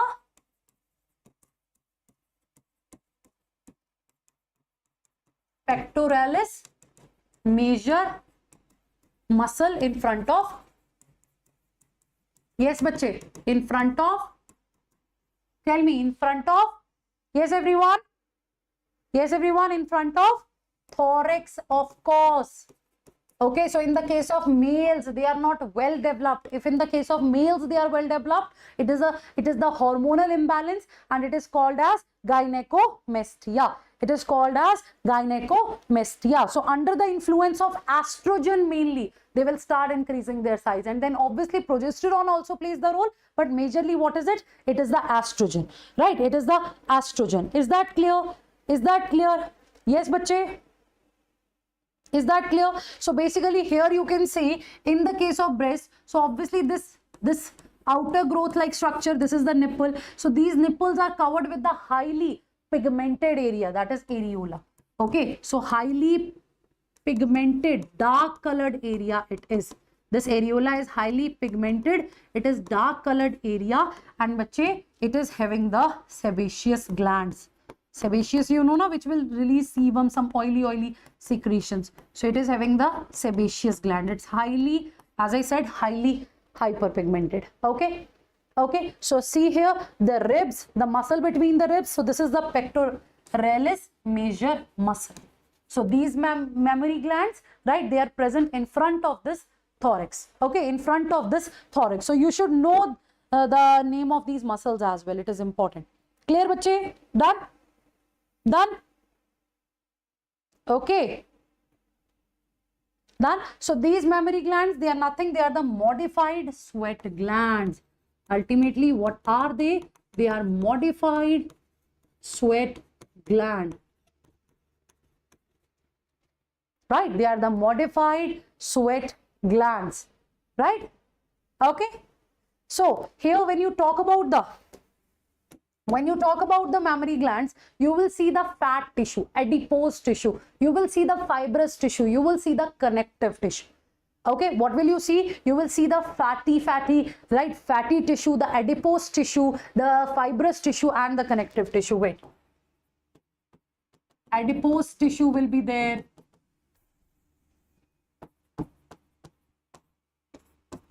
fibrous tissue will be there, adipose tissue, fibrous tissue, and of course the connective tissue will be there. This is what you guys are going to get in the, right, in the mammary gland in the breast. Done? So they are the modified sweat glands. What are they? They are the modified sweat glands. So now bache, here you will see 15 to 20 mammary lobes. What will you see? 15 to 20 mammary lobes. This part is important. So we will directly revise it from this part, from the NCERT itself. So you guys can see. So functional mammary gland, it is the characteristic feature of all the female mammals, right? So they are the paired structure present in front of thorax, in front of that pectoralis major muscle. Clear? They are the modified sweat glands. So now you will see here the, ultimately it is glandular.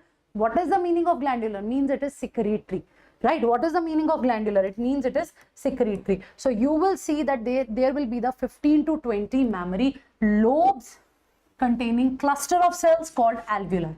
So yes, not just in the lungs. Lungs are also having the alveoli, the primary site for exchange of gases, right? But here in the case of breast also, you will see the cluster of cells which are known as alveolus.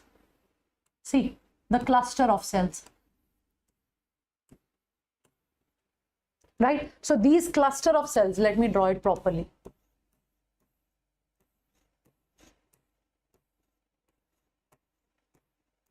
Right? These cluster of cells here, right? Each cell here is alveolus. Alveolus. So this cluster, the group of cell is forming one mammary lobe. Okay, this group of cell is forming one mammary lobe. Are you getting it? And let me tell you one more thing, bache, you can note down. So during the pregnancy, in the case of females, prolactin hormone will be released by anterior lobe of pituitary. That prolactin will act on alveoli, right? Prolactin hormone released from anterior lobe of pituitary, that prolactin hormone will act on these alveolus, right? It will act on this alveoli, this prolactin hormone. So in response to that, alveolus, they secrete milk.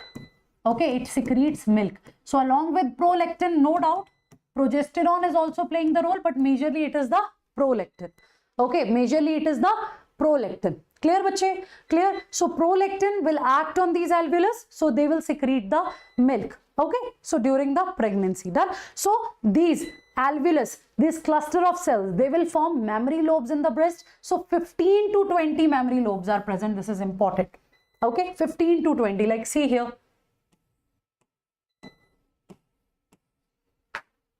Done. 15 to 20 mammary lobes are present. Now these mammary lobes, so as I said, cells will secrete milk, right? It will be stored here in the lumen and then it will further pass, right? So alveoli, they will open up into the mammary tubules. Means the structure that I'm forming here is what? It is the mammary tubule, right? It is the mammary tubule. Clear, bache? Clear? So this is important. So let me write it down.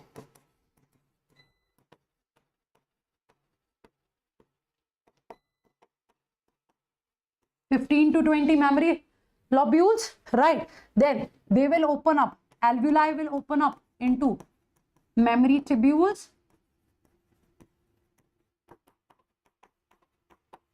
right? They will open up into mammary tubules, right? So now these tubules, they will join to form the mammary duct. Fine. And then many mammary ducts, they will join to form wider mammary ampulla. So see, lobules, then mammary tubules, then mammary ducts, which will further open up into wide mammary ampulla.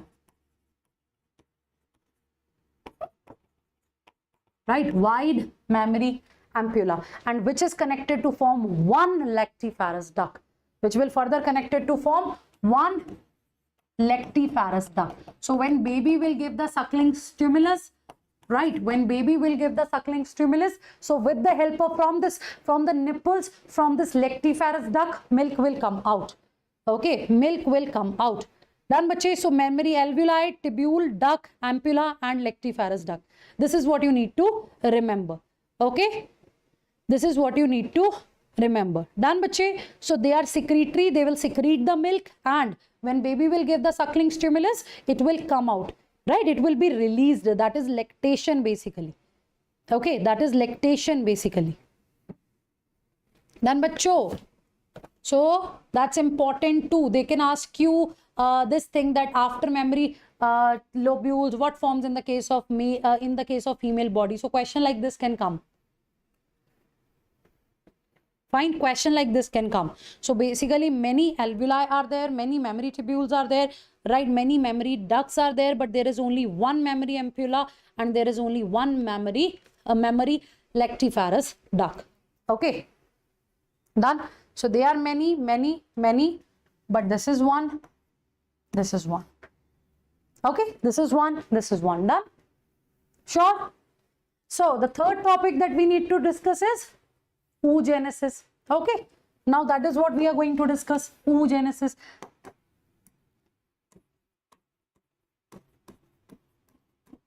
So what do you know about the oogenesis? Tell me, what do you know about the oogenesis? Quickly tell me. What do you know about the oogenesis?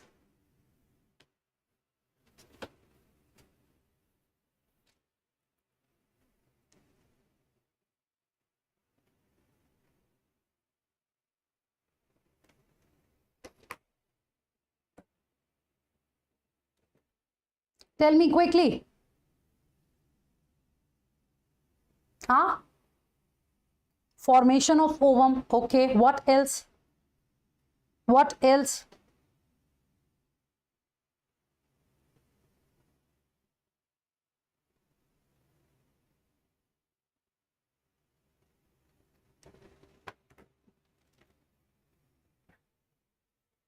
Starts at embryonic stages. Very good. Made up of egg. No, oogenesis means formation of egg. Okay, what else do you know about the oogenesis? Formation of secondary oocyte, it's same. What else, Akanksha? Whatever you know about the oogenesis, just tell me. Then we will discuss this topic in detail. Quick.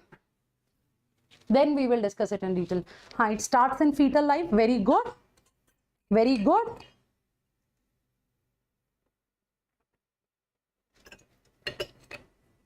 Of course, it is the gamete formation, so meiosis will be there.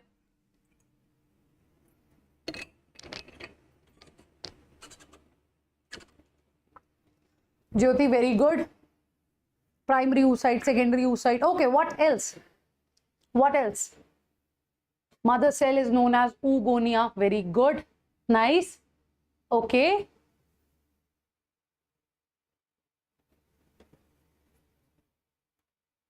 Okay, other than this, surrounded by granulosa.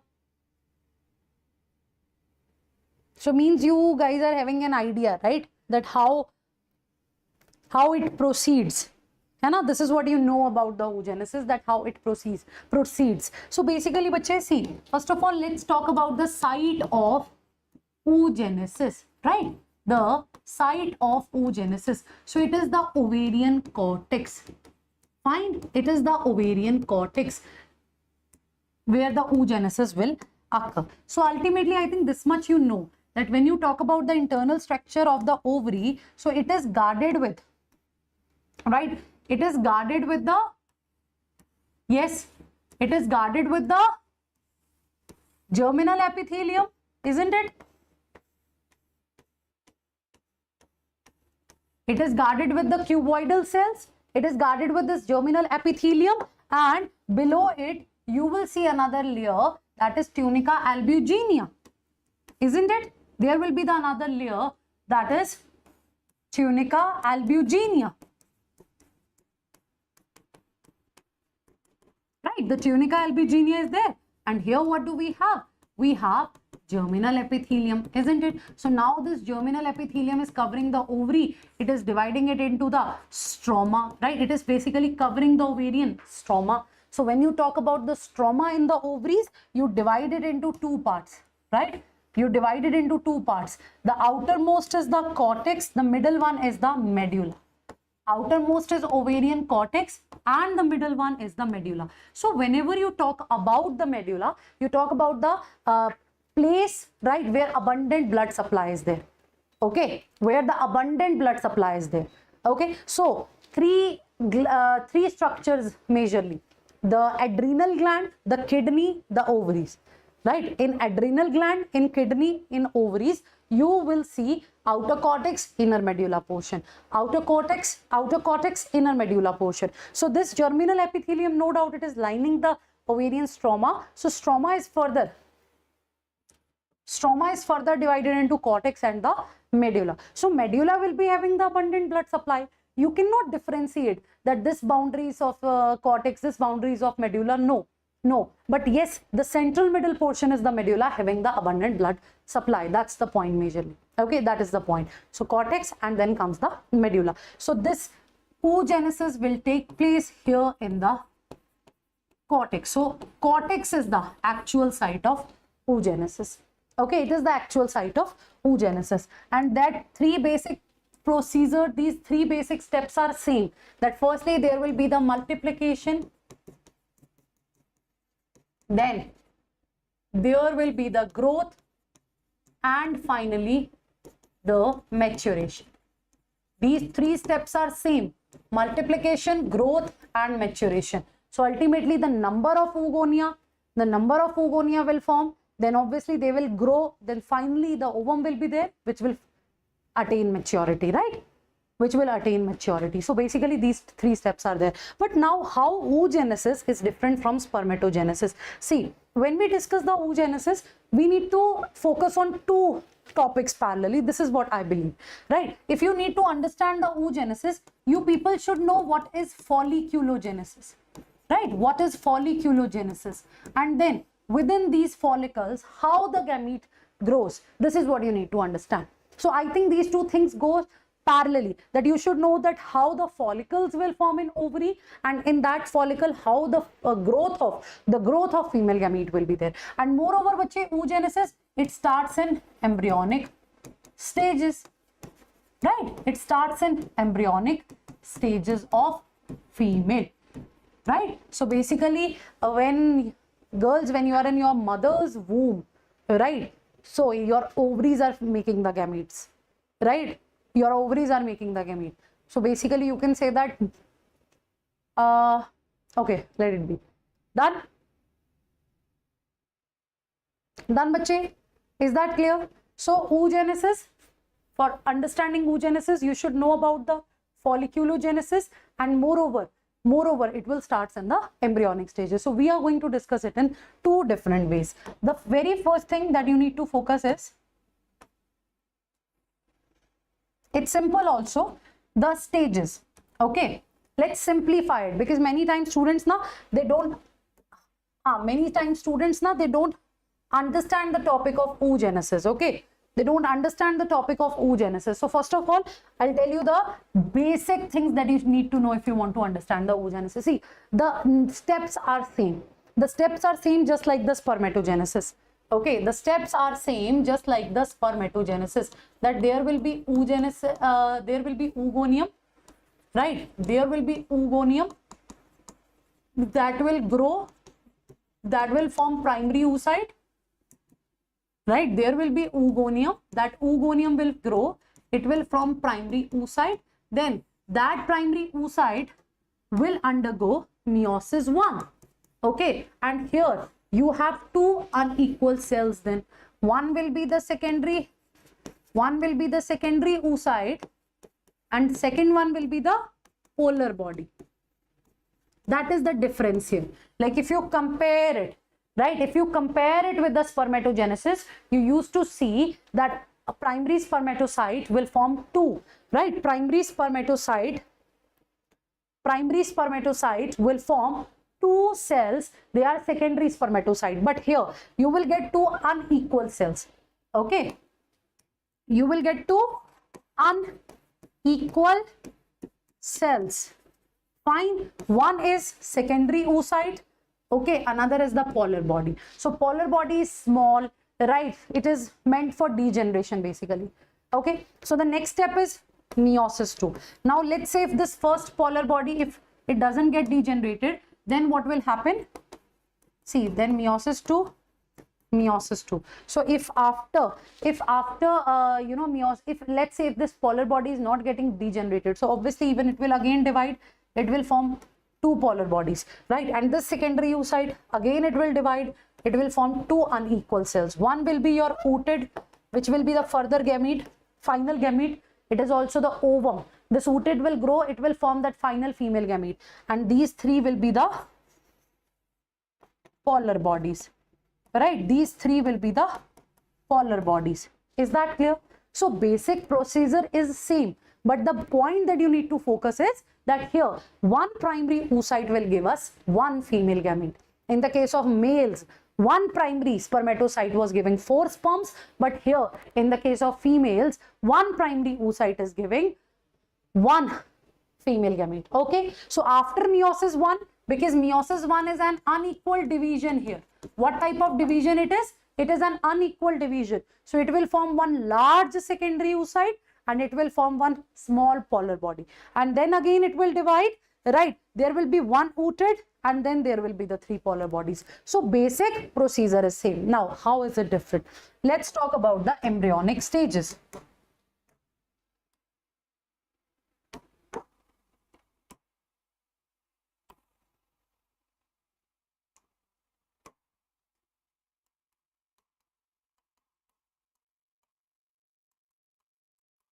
So what I just said, see, in the case of females, the oogenesis will start in embryonic stages, but it will be completed after fertilization. So females, they start their work before birth, right? But it is not completed till fertilization. So they just start early and they finish late.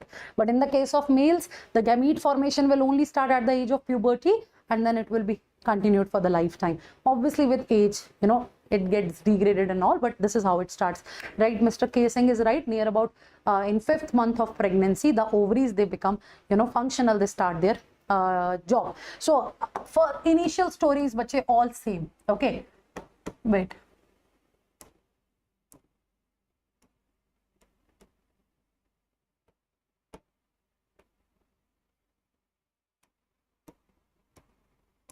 Initial story is all same, right? That PGCs, your primordial germ cells, precursor germ cells will come, right, in the gonads, and they are going to form the oogonia. This story is same, that your primordial germ cells, they will grow. What will they form? They will form oogonium. What will they form? They will form oogonium. Now, bache, what is happening during embryonic stages? I'm talking about the embryonic stages right now. Rahul Sriharsha Kesai, what am I talking? I'm talking about the embryonic stages as of now. So I'm saying this oogonium, right? It will proliferate. It will increase its number. It will proliferate. It will increase its number. It will increase its number. It will increase its number, and number. This part clear? This part clear? Oogonium is going to increase its number. Oogonium is going to increase its number. Clear, bache? And you know that it is a diploid cell. What is it? It is a diploid cell. This part clear? Yes, everyone. This part clear? It's a diploid cell. It is going to increase its number. Now, in this oogonium will grow. You know that.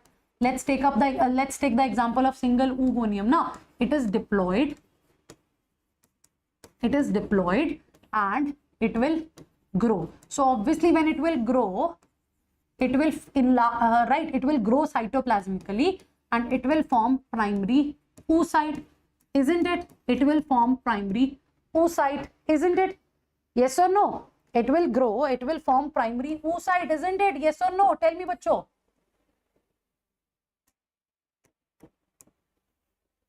Oogonium will grow, it will form primary oocyte. Now, you know that ultimately it is the primary oocyte which will undergo meiosis. Yes or no? Like in the case of spermatogenesis, we were saying primary spermatocyte will undergo meiosis. Right? Primary spermatocyte will undergo meiosis. So here obviously primary oocyte will undergo meiosis. So this primary oocyte, it starts meiotic division, right? It starts meiotic division, but up to diplotin phase of,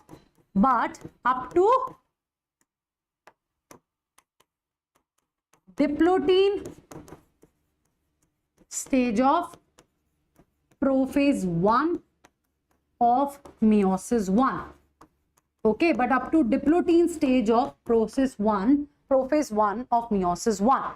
Clear, bache? You know this na? In the case of meiosis, you have meiosis 1, meiosis 2. Meiosis 1 is having prophase 1, metaphase 1, anaphase 1, telophase 1. Prophase 1 is having 5 substages, that is LZPDD. LZPDD. Leptotene, zygotene, pachytene, diplotin, dikinesis. Leptotene, zygotene, pachytene, diplotin, dikinesis. 5 substages are there. So during embryonic stages, no doubt the gamete formation will start.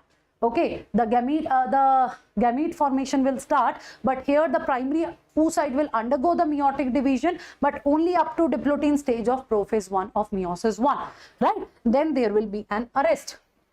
Okay, then there will be an arrest, and this stage is known as the dictate stage, right? This stage is known as the dictate stage. Clear, bache? What is it? It is the dictate stage. Leptotene, zygotene, pachytene, diplotin, dikinesis. So it is the dictate stage. It will get arrested. Fine, bache. Fine, bache. So some eggs, you know, for their lifetime, for their entire lifetime, they can remain in this particular stage. They can stay in this particular stage. Okay. Now, this is not just the only case in the ovaries during embryonic stages. Okay. So now, you know that the process is taking place in cortex, isn't it? This process is taking place here in cortex. This is what you know. So now here in the cortex, now we will see some ovarian cells also, right? We also see the ovarian cells, cells of ovary.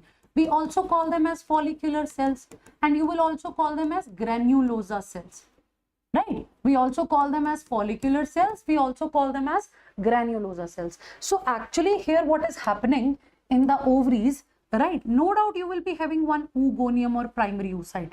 Right, you will be having one oogonium or primary oocyte, but it gets covered with the ovarian cells. That is the scenario here in the case of ovaries. Okay, that is the scenario in the case of ovaries. So what is happening in the case of ovaries? In the ovarian cortex, this oogonium or primary oocyte, it will get covered with the group of cells. It will get covered with the group of cells. Right? Whenever bache we use the term group of cells, we call it as follicle. What is the meaning of follicle? Follicle means group of cells. So when this oogonium, it gets covered with the ovarian cells, it gets covered with the granulosa cells of ovary, we use the word follicle for it, right? We use the word follicle for it. Clear, bache? What is the word that we use for it? We use the word follicle for it, right? Like this is the, let's say this is your diploid primary oocyte. This is your diploid primary oocyte. Now when this diploid primary oocyte, it gets covered with the group of cells,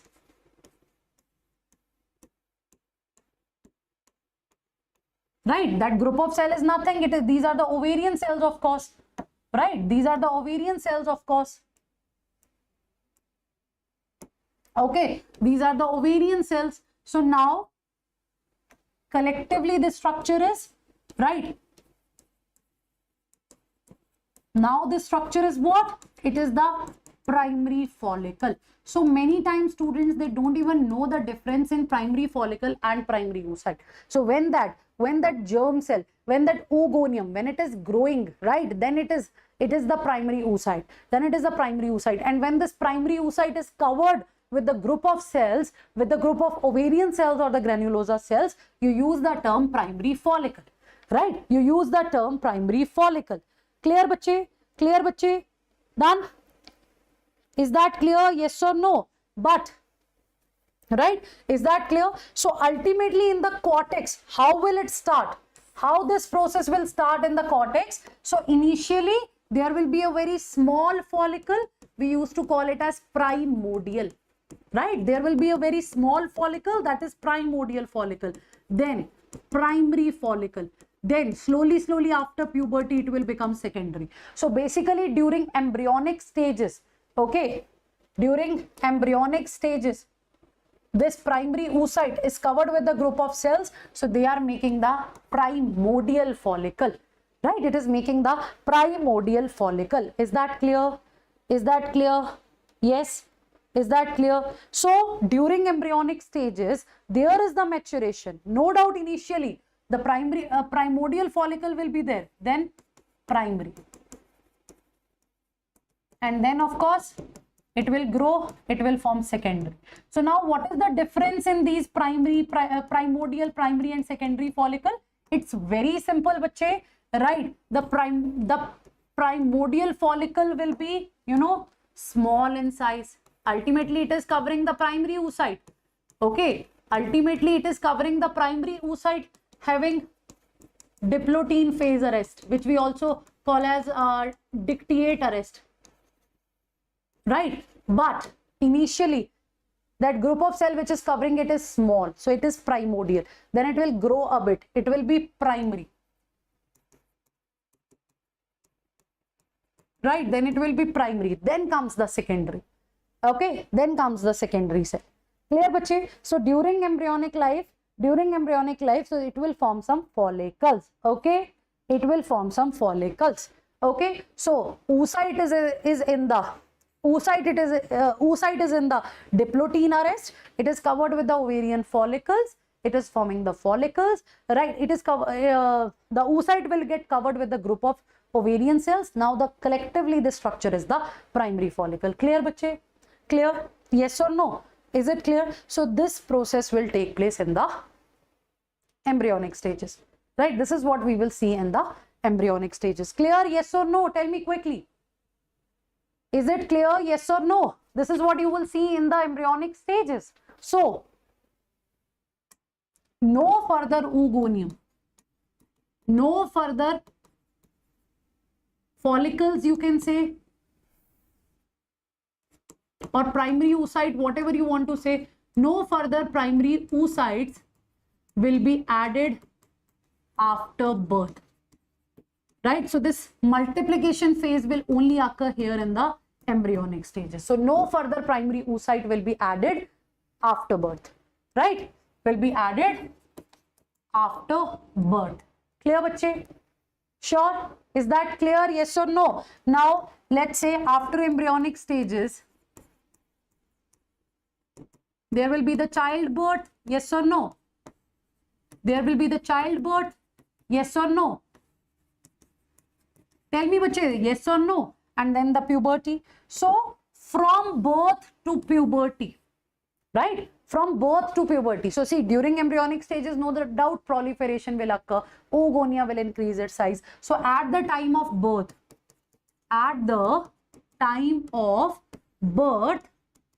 ovaries contain millions of,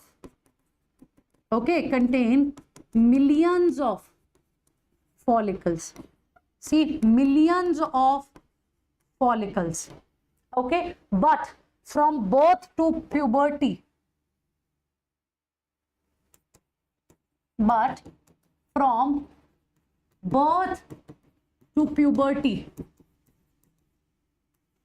these follicles get degenerated.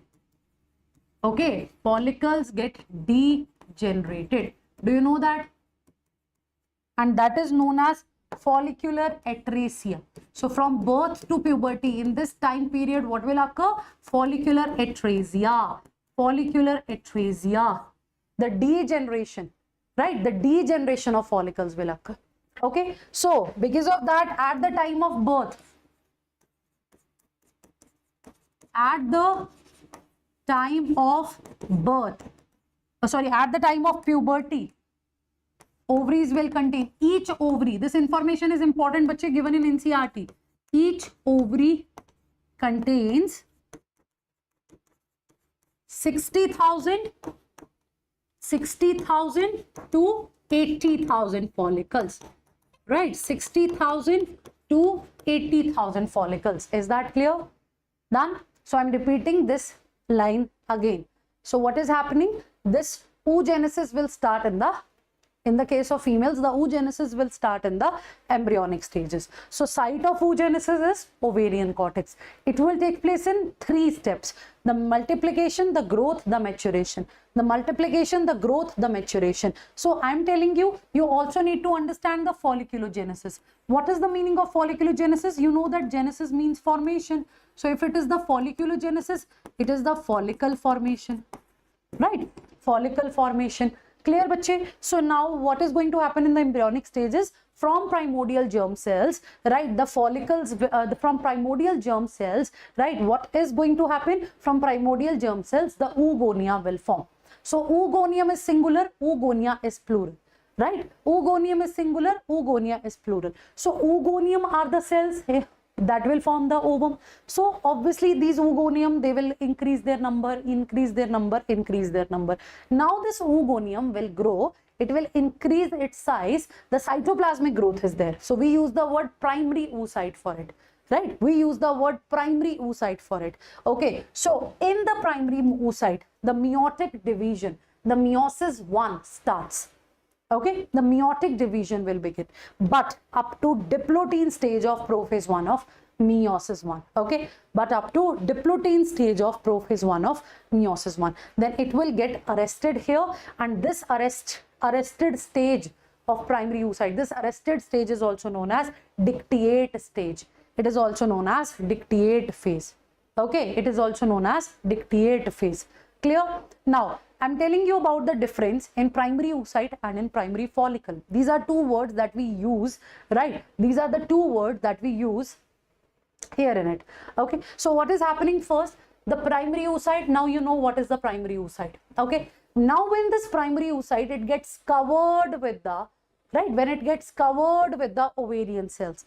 These ovarian cells are also known as follicular cells, right? These ovarian cells, they are also known as follicular cells, isn't it? Isn't it? Yes or no? They are also known as follicular cells. So these ovarian cells, when they cover the primary oocyte, now together this structure is a follicle, right? It is a follicle. Like we start from primordial follicle. Primordial follicle is the first follicle that will form. In folliculogenesis and follicle formation, how will it start? It will start from the primordial follicle. Primordial follicle, then primary follicle, then secondary, then tertiary, then mature. These are the stages here. So primordial follicle, which is very small, then it will grow a bit, it will be primary, then secondary and tertiary will form. So this maturation will take place at the time of puberty. So no further primary oocytes, or you can say that no further follicles, primordial or primary follicles will added after birth, right? After birth. So after birth, there is no further multiplication of the oogonium or the follicle, right? They will form only in the embryonic stages. So from embryonic stages to birth, see, at the time of birth, ovaries contain millions of follicles, but from birth to puberty, follicles get degenerated, and that is known as follicular atresia. So at the time of puberty, each ovary contains 60,000 to 80,000 follicles only, and every month out of these follicles, one will undergo the complete cycle of the development. It will form the female gamete. So that is the process basically, right? That is the process basically. So any doubt here, bache? Tell me, any doubt? Done?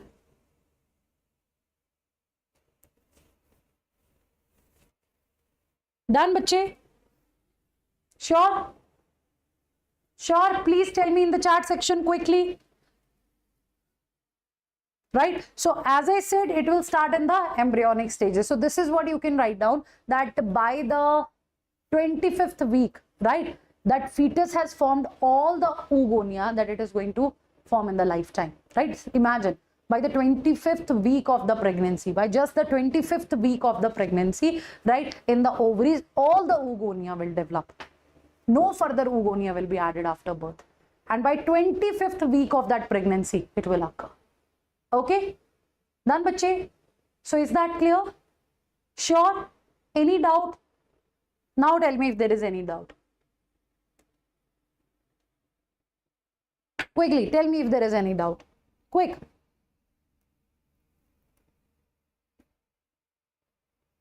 So I hope the difference between the primary oocyte and primary follicle is clear.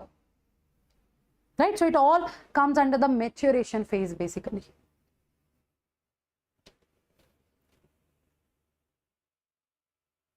Okay?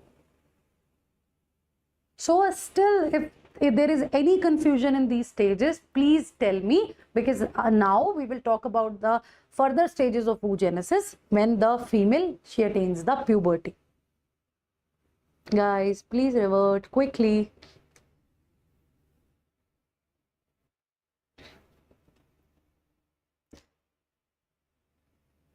The development is little complex. Yes, bache, development is little complex. Clear? Okay. Okay. And bache, Mr. Casing, what is it? Stromal, squamous, question mark. Start asking the questions properly. First of all, this is what you need to learn. Squamous, stromal cells kya hota hai? Squamous cells kya hai? Which are flat, right? So it is in the stroma. In the ovarian stroma, you will see some flat cells. That are the squamous cells, na? Class 11th basics they are. Okay? Okay. So now when the female will attain the puberty, what will happen? Obviously the hormonal secretions will start, isn't it? At the age of puberty. At the age of puberty, what will happen? See, you know that GnRH from hypothalamus will act on pituitary, right? It will act on pituitary. So in response to that, the pituitary will release FSH and LH, isn't it? FSH and LH, and this FSH will act on the follicles, right? It will act on that follicle. So it will help in the maturation of these follicles. Fine. It will help in the maturation of, or even the proliferations of these follicles. Right? So these follicles will grow. These follicles will grow. They will increase in their size. They will undergo growth under the influence of this FSH. First point clear? First point clear? So now what is happening in the age of puberty? See, at the age of puberty, basically what is happening. So initially you know that in the ovaries primordial follicle is present, yes or no? This is what you know already, that primordial follicle is present, right? That primordial follicle will form primary follicle. Primordial follicle will grow and of course it will form primary follicle, right? Now that primary follicle will also grow, right? That primary follicle will also grow. These layers surrounding the oocyte, they will increase their number. The cell number here increases. So this is basically the granular cell or the follicular cell. This is how it will work. So initially what do we have, bache? We have primordial follicle, then primary follicle, then secondary, then comes the tertiary, and then the mature follicle. So this will happen. So this is the folliculogenesis, formation of follicle. Okay, this is the folliculogenesis, formation of follicle. I'll show you one beautiful diagram here. See, primordial, very small it is, then it will grow, it will become primary, then further these follicles, they will develop, it will increase its size, it will become, right, it will become secondary, tertiary, and finally the mature follicle will be there, right? Finally the mature follicle will be there. So see bache, see, these are the diagrams that I have added for you. So it is oogonia. When oogonia is covered with the follicles, right, it will be the primordial follicle, then it will be the primary follicle, then further it is growing. So can you see the number of layers, they are increasing? Like here, if there is only one layer of follicular cells, so here it will be 2 to 3.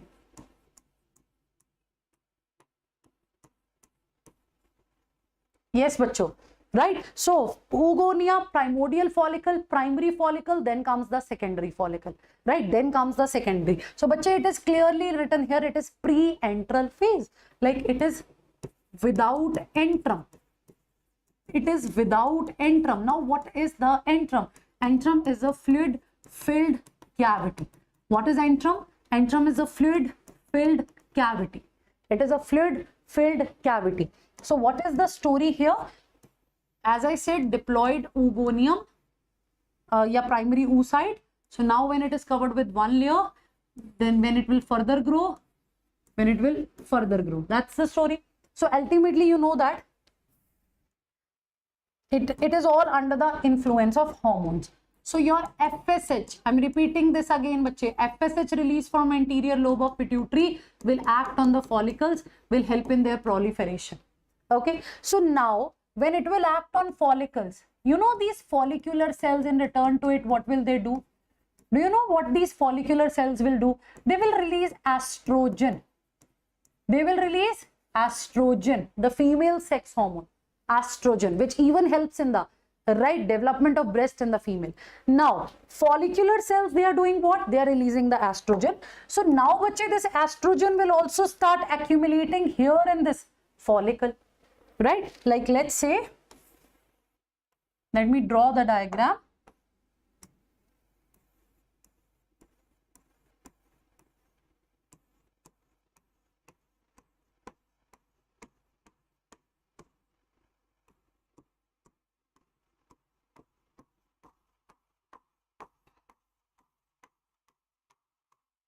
See, now these cells, these follicular cells, okay, these follicular cells will start releasing the estrogen, which is the female sex hormone, which is the primary sex hormone in the case of females, right? These cells will start releasing what? It will start releasing the estrogen. Now bache, that estrogen will get accumulated here in this follicle, right? Its accumulation will occur. Its accumulation will occur in follicle, right? Isn't it? In follicles, its accumulation will start, right? And that will form what? That is going to form a fluid filled cavity antrum. So this ultimately, this estrogen will get accumulated here. It will form this fluid filled cavity antrum. So in the antrum, we also use the word liquor folliculi, right? right? Liquor folliculi, this is the fluid which is present here in antrum. Ultimately, it is the estrogen. So follicular cells under the influence of FSH, they will release this estrogen. It will start forming a fluid-filled cavity antrum here. So you will see that fluid-filled cavity in the tertiary follicle and then in the mature follicle. This is where you will see. In some books, secondary follicle is also given, but actually it is your yes, bache, it is your tertiary follicle in which we will majorly see the fluid-filled cavity. In the tertiary follicle, you will see the formation of this antrum, right? The formation of this antrum. So obviously, when this follicle will grow, the amount of estrogen will also increase. So obviously, this fluid-filled cavity antrum will also grow, right? This fluid-filled cavity antrum will also grow. Clear, bache? Clear? So it is nothing. It is the antrum. Fluid-filled cavity. So see the tertiary follicle. Now with the time around this tertiary follicle, can you see this? Can you see this layer surrounding me? There is one more layer and inside also you will see the layers. So now this tertiary follicle will form. It will further grow. Right, bache? You will see the enlargement in this fluid-filled cavity. Right? This is the mature follicle. Some other changes will also occur, but right now I am marking this particular part only. Okay, now this diagram is very important, bache. It is from the very good research paper, so it will give you a clear-cut idea, right? It will give you a clear-cut idea that how it grows, right? So see here the proliferation. Can you see the primary follicles containing primordial follicles containing primary oocyte? So at the time of birth, no further development will occur till puberty, right? So when you know that FSH, LH secretion at sexual maturity, when it starts, early primary follicle, then primary follicle, then secondary. So basically, ultimately in the secondary follicle, within the secondary follicle, what do we have? Within the secondary follicle, what do we have? Obviously, we have this oocyte. We have this oocyte, yes or no? We have this oocyte, yes or no? Yes or no? So when there is the formation of secondary follicle, so within this secondary follicle, even that oocyte will complete its first meiotic division. Even that oocyte will also start developing. So it will overcome that dictate arrest. It will complete its meiosis 1. It will start its meiosis 2. Okay. So second meiotic division starts in mature follicle, in Graafian follicle. So Graafian follicles is having the secondary oocyte. This is a very important point. I'll tell you about the theca interna and externa. First of all, understand this. So primordial, then primary, then secondary. So when the primary oocyte is in the secondary follicle, right? Or you can say that when secondary follicle has formed, right? So within that secondary follicle, the first meiotic division will be completed. Okay, the first meiotic division will be completed, and after it, what will happen, bache? In the mature Graafian follicle, in the tertiary follicle, right, bache? Right, bache? Then what is going to happen at that point of time? What will happen here in this particular stage? So this meiosis 2 will occur in secondary oocyte, of course. So meiosis 2 will start here. You know that it will not get completed. Meiosis 2 will start, but it will stay till metaphase 2. It will occur till metaphase 2. So there will be an arrest in the metaphase 2 of meiosis 2, right? So this question can be asked, that when will the meiotic division in the case of primary oocyte will be completed? When it is in the secondary follicle, right? When it is in the secondary, then this is the case. So from a mature follicle, we will see the egg will be released. It is actually the secondary oocyte. For the convenience of language, we use the word ovum, but actually the gamete which is released from the female Graafian follicle, it is a secondary oocyte having metaphase 2 arrest. It is a secondary oocyte having metaphase 2 arrest. Any doubt here, bache? It's a good diagram, isn't it? It's a good diagram. So see, gonadotropin independent growth, primordial, early, late, pre-antral, small antral follicle. So when FSH will release, the antrum will start forming, right? And then further, it is your pre-ovulatory follicle. So this large antrum having this is the large antrum, right? This is the large antrum having what? Yes, bache. liquor folliculi, estrogen. And this secondary oocyte, if you will focus on this secondary oocyte, right, it is covered with zona pellucida here. It is covered with zona pellucida here. This is basically the egg membrane. I'll tell you about it. And then corona radiata. We will discuss it. But firstly, please tell me if there is any doubt from this part. Yes, please tell me if there is any doubt from this part. Done? Done, bache?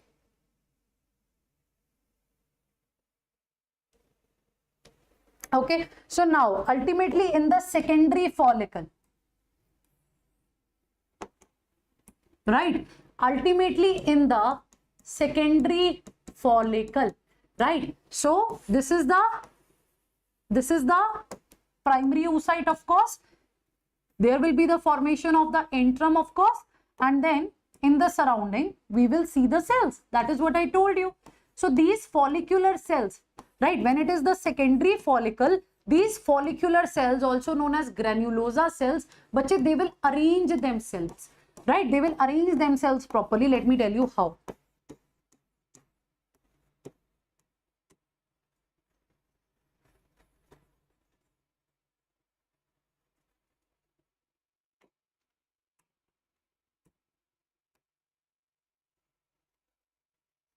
So this is the secondary follicle basically. What is it? It is the secondary follicle. So in this secondary follicle, the inner cells, right? These inner granulosa cells, right? These inner granulosa cells, they are forming theca interna. This layer is basically theca interna. Okay? It is theca interna, right? Repeat it. What is it? It is theca interna. And bache, this theca interna, these cells release estrogen. Okay, these cells release estrogen. Okay, done. So what do we have here? You can see these follicles, right? So here the granulosa cells, they are forming this internal, right? They are forming this layer, that is the theca interna. That is the theca interna. So theca interna, the cells of theca interna, they releases the estrogen. And outermost, this outermost layer, right? It is a fibrous layer. So this is theca externa. Obviously, it doesn't have the estrogen receptor, right? It doesn't have the estrogen receptor. Is that clear? So the cells of theca interna, the theca cells, they will release estrogen, right? So this fibrous tissue is basically the theca externa.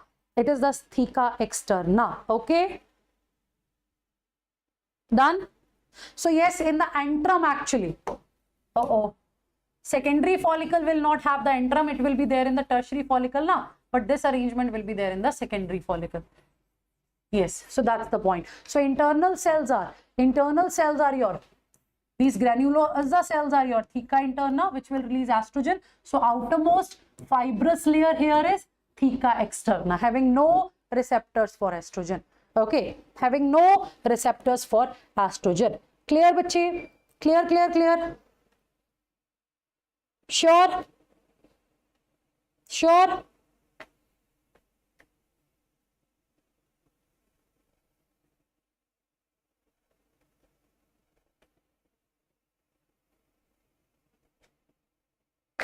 Sure, bache?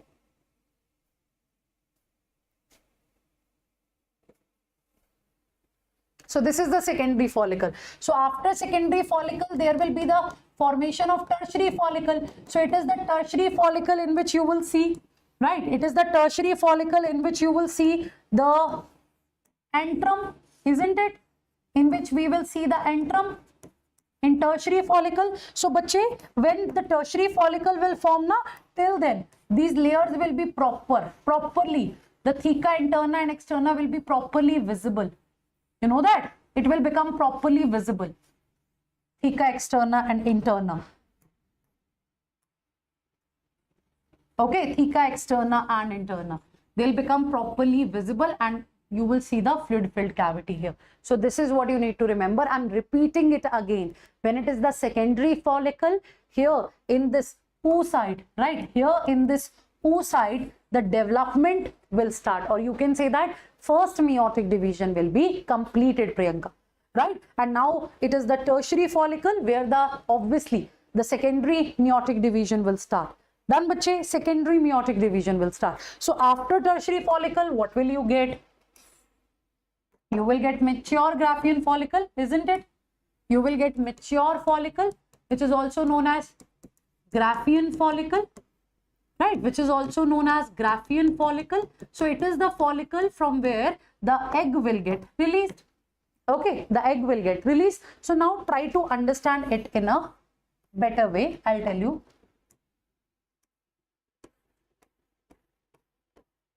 Right, we will finish the menstrual cycle with this part. Right, we are going to finish the menstrual cycle with it. So try to understand.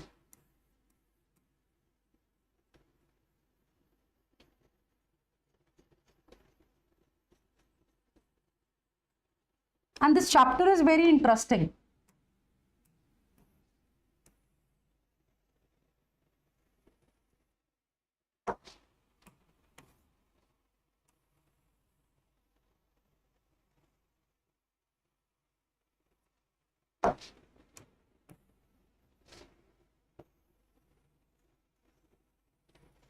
That is your mature follicle. That's antrum liquor folliculi having estrogen, right? That's antrum liquor folliculi having estrogen. So now you can see the ovum, right? Now you people can see the ovum is eccentric. Now let's say if I magnify this particular part, now it's the mature follicle. It contains secondary oocyte, right, bache? It contains secondary oocyte having metaphase 2 arrest. Okay, it contains secondary oocyte having metaphase 2 arrest, right? Having metaphase 2 arrest. See this, Graafian follicle containing secondary oocyte, right? So secondary follicle may there will be the completion of meiosis 1. In the tertiary follicle, the division will start, and here in Graafian follicle, finally the mature secondary oocyte will be there. Okay, now bache, when this oocyte, it is covered with plasma membrane. Yes, bache, Harsha, this oocyte is covered with plasma membrane. So now in the surrounding of oocyte, can you see this white layer? Can you see this white layer in the surrounding of oocyte? Can you see this white colored layer?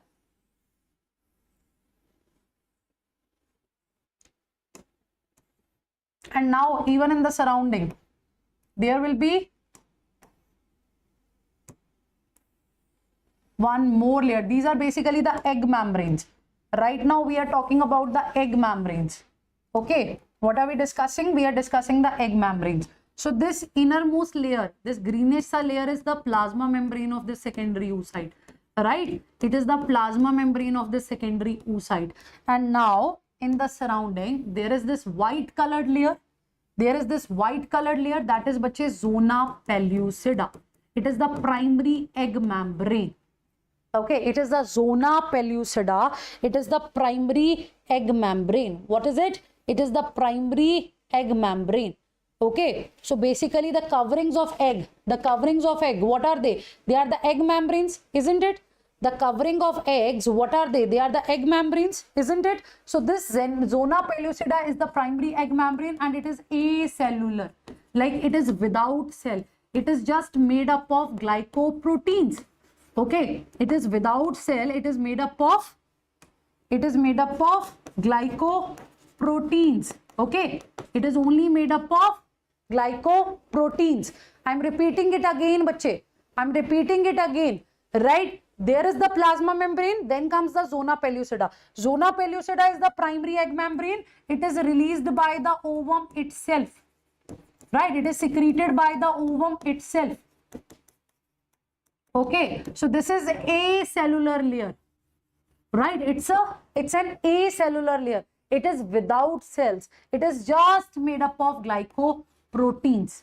Okay, and this zona pellucida is having the receptors, the primary receptors to which the sperm, basically it is the this zona pellucida is having the receptors or the proteins for the binding of your sperm. Okay, okay. So zona pellucida, acellular, made up of glycoprotein, right?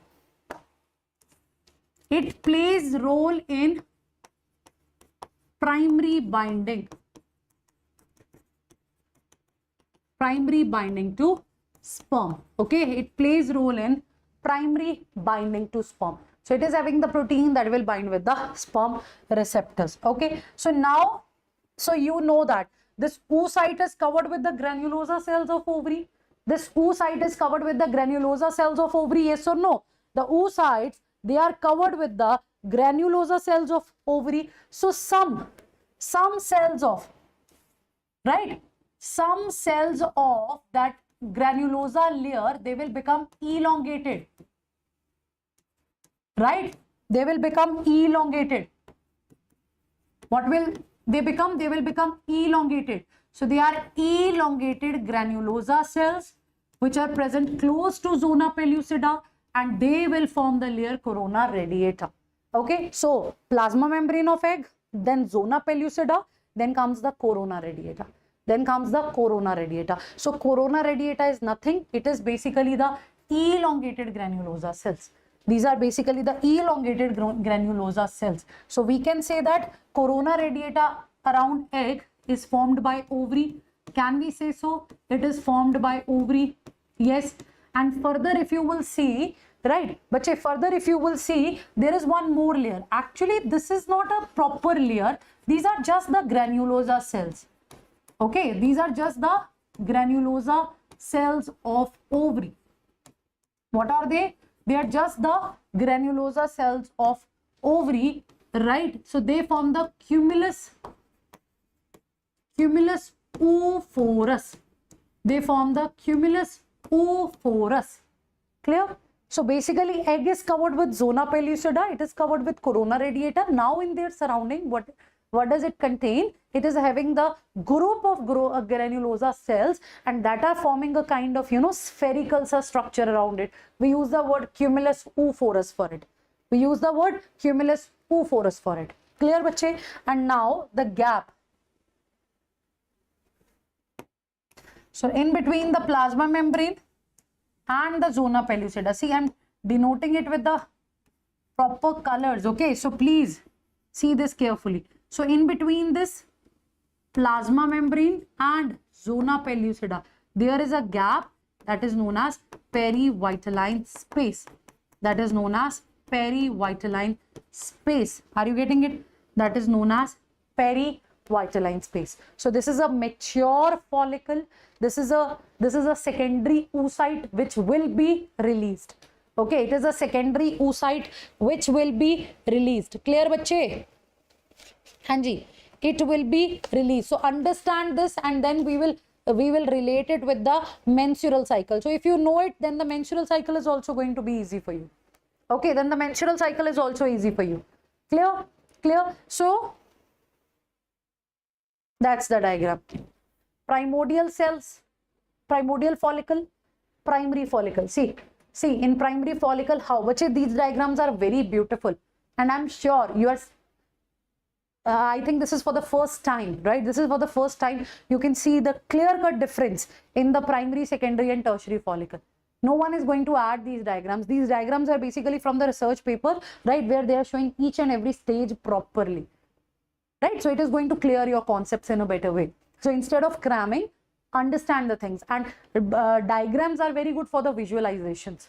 Fine, you're not going to make the mistake. So carefully, please, carefully watch them, carefully notice the differences present here. So see, this oocyte is covered with the zona pellucida. This oocyte is covered with the zona pellucida, and in the surrounding granulosa cell is there, right? And this is the oocyte nucleus. So see these granulosa cell, they are forming the thecal cells, external and internal, and obviously around the egg we will see the zona pellucida. Okay, and look at these granulosa cells. They are also covering the egg, but some of these cells, they are arranging themselves in layer. So they will form externa and interna. They will form externa and interna. So look at the tertiary follicle having proper interim, right? Having proper interim, having this oocyte, having these thecal cells arranged properly. And out inside these thecal cells, some granulosa cells are also there, right? So thecal cells are also formed from these granulosa cells, but they, like, the layers will be arranged properly, interna, externa, in between again the granulosa cells. Okay, okay, and then see, from the mature follicle, which is your Graafian follicle, also known as ovulating follicle, because it is the one from where the oocyte will be released. Okay, so oocyte will be released, bache. You can see here, oocyte will be released. So along with that oocyte, obviously the layers will also be present, zona pellucida, corona radiata, that cumulus oophorus will be there, and the remaining ruptured follicle is corpus luteum, which is a yellowish body, right? The remaining structure is corpus luteum, which is a yellowish body, which is a source of progesterone. It is a temporary endocrine structure also, right? It is the source of progesterone. What is it? It is even the source of progesterone, right? So I'll explain it here. So bache, actually what is happening, right? It is also acting like a, you can say that, like a feedback loop or whatever you want to say. Wait. Okay. So FSH acting on follicles. I'll repeat this story many times. Follicles will release estrogen, isn't it? Follicles will release estrogen. So basically theca interna cells will release estrogen. So some receptors are present, right? During this course of development of follicles, we will see some receptors are also present on the cell surfaces, right? So ultimately when the estrogen will start its, when estrogen will start, when the secretion of estrogen will start, right, along with it even the LH secretion also starts.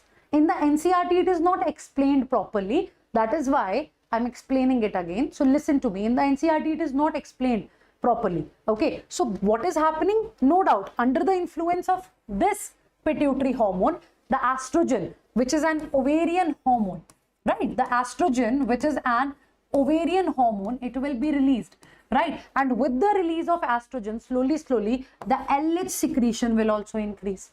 Luteinizing hormone, another pituitary hormone, right? Right, no doubt pituitary is going to release it because hypothalamus has sent the signal, but basically the process is FSH will act on follicle cells will release the estrogen, so the estrogen amount will increase. When the estrogen amount will increase, it is also promoting the increase in the LH secretion, so luteinizing hormone will also increase.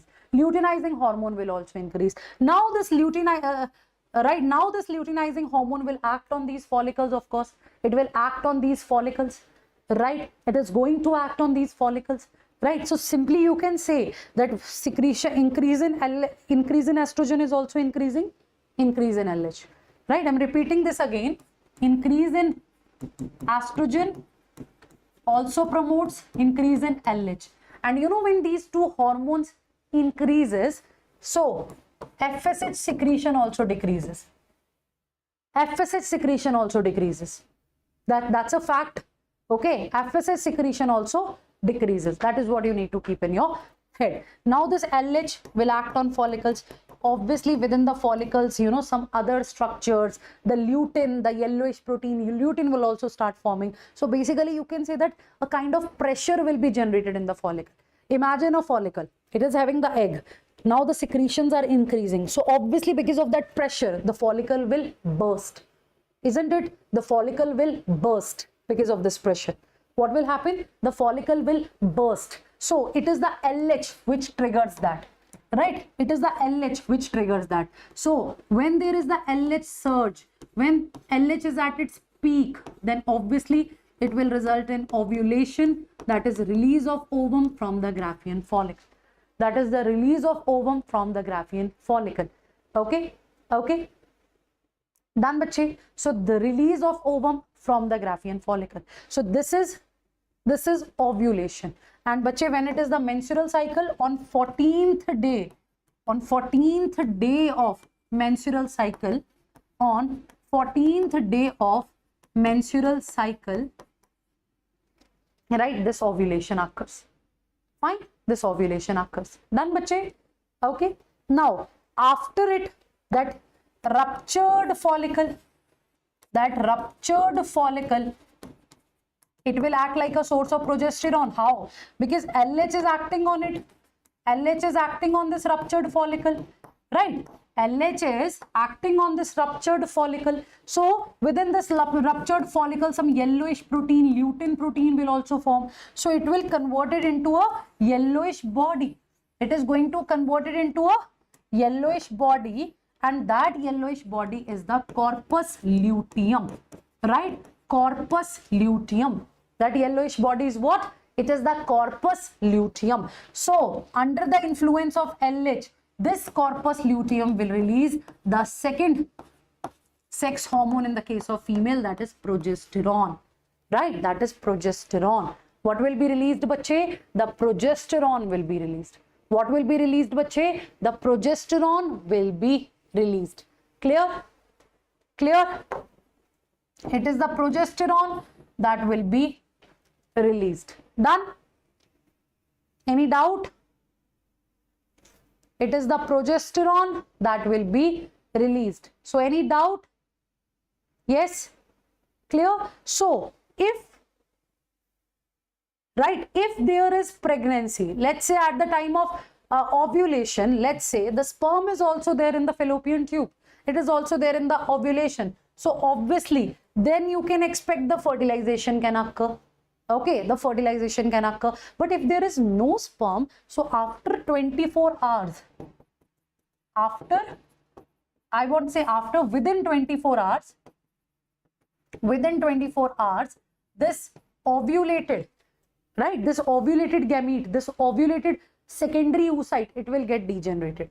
Okay, so the corpus luteum, this yellowish body, which is the source of progesterone, it will keep on releasing it. But if there is no pregnancy, the corpus luteum will also degenerate. It forms whitish body, that is corpus albicans.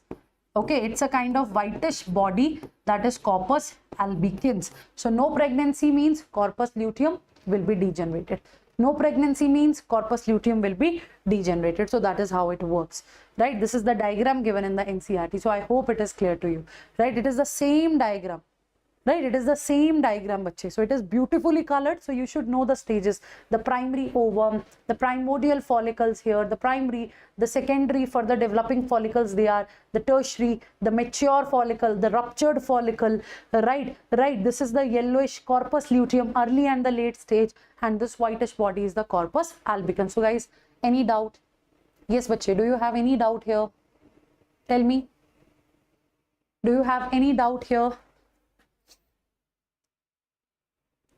Sure. So I hope this diagram from NCERT is also clear to you. So now when the gamete is released, it is in metaphase to arrest. It will only overcome when there is the fertilization.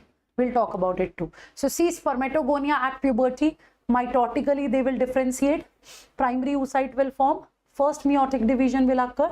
There will be the secondary oocyte. Second meiotic division, spermatid, differentiation, spermatozoa. So spermatid to spermatozoa is what? It is spermiogenesis, also known as spermatoleiosis.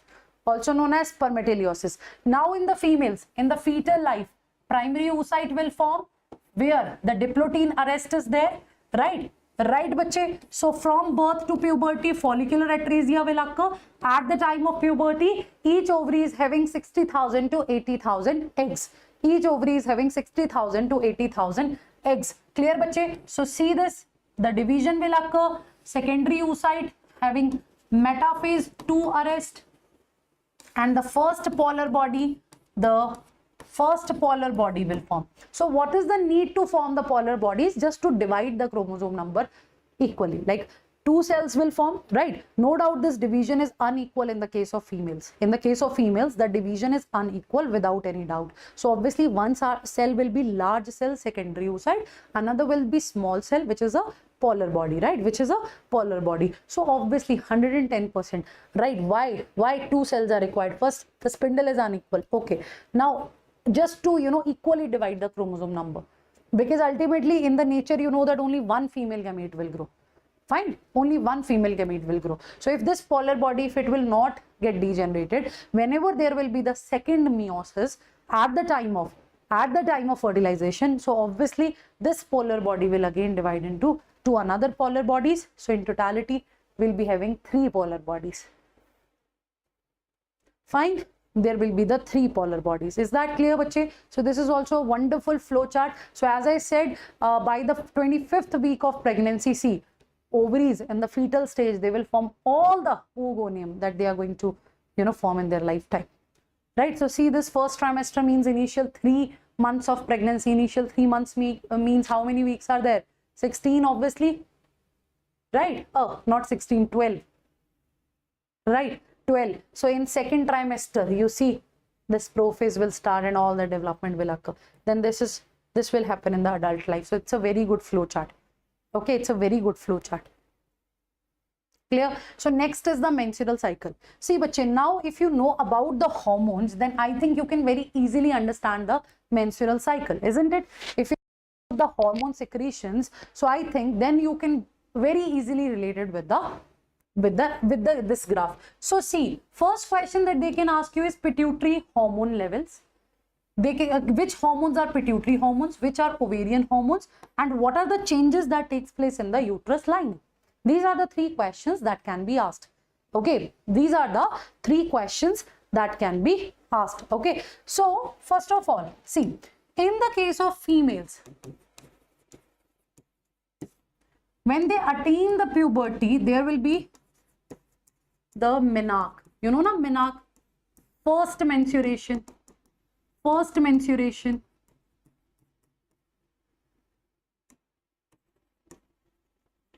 actually, bache, in the case of females, the scenario is that they are not fertile for their lifetime. Okay, they are not fertile for their lifetime. They attain the puberty at the age of 11 years, in this age they attain the puberty 9 years to 11 years. Sometimes, 12 years, 13 years. It varies from body to body. Okay, and they will remain fertile till their late 40s or early 50s. Right, early 50s. Their late 40s or early 50s. In that period only they will remain fertile.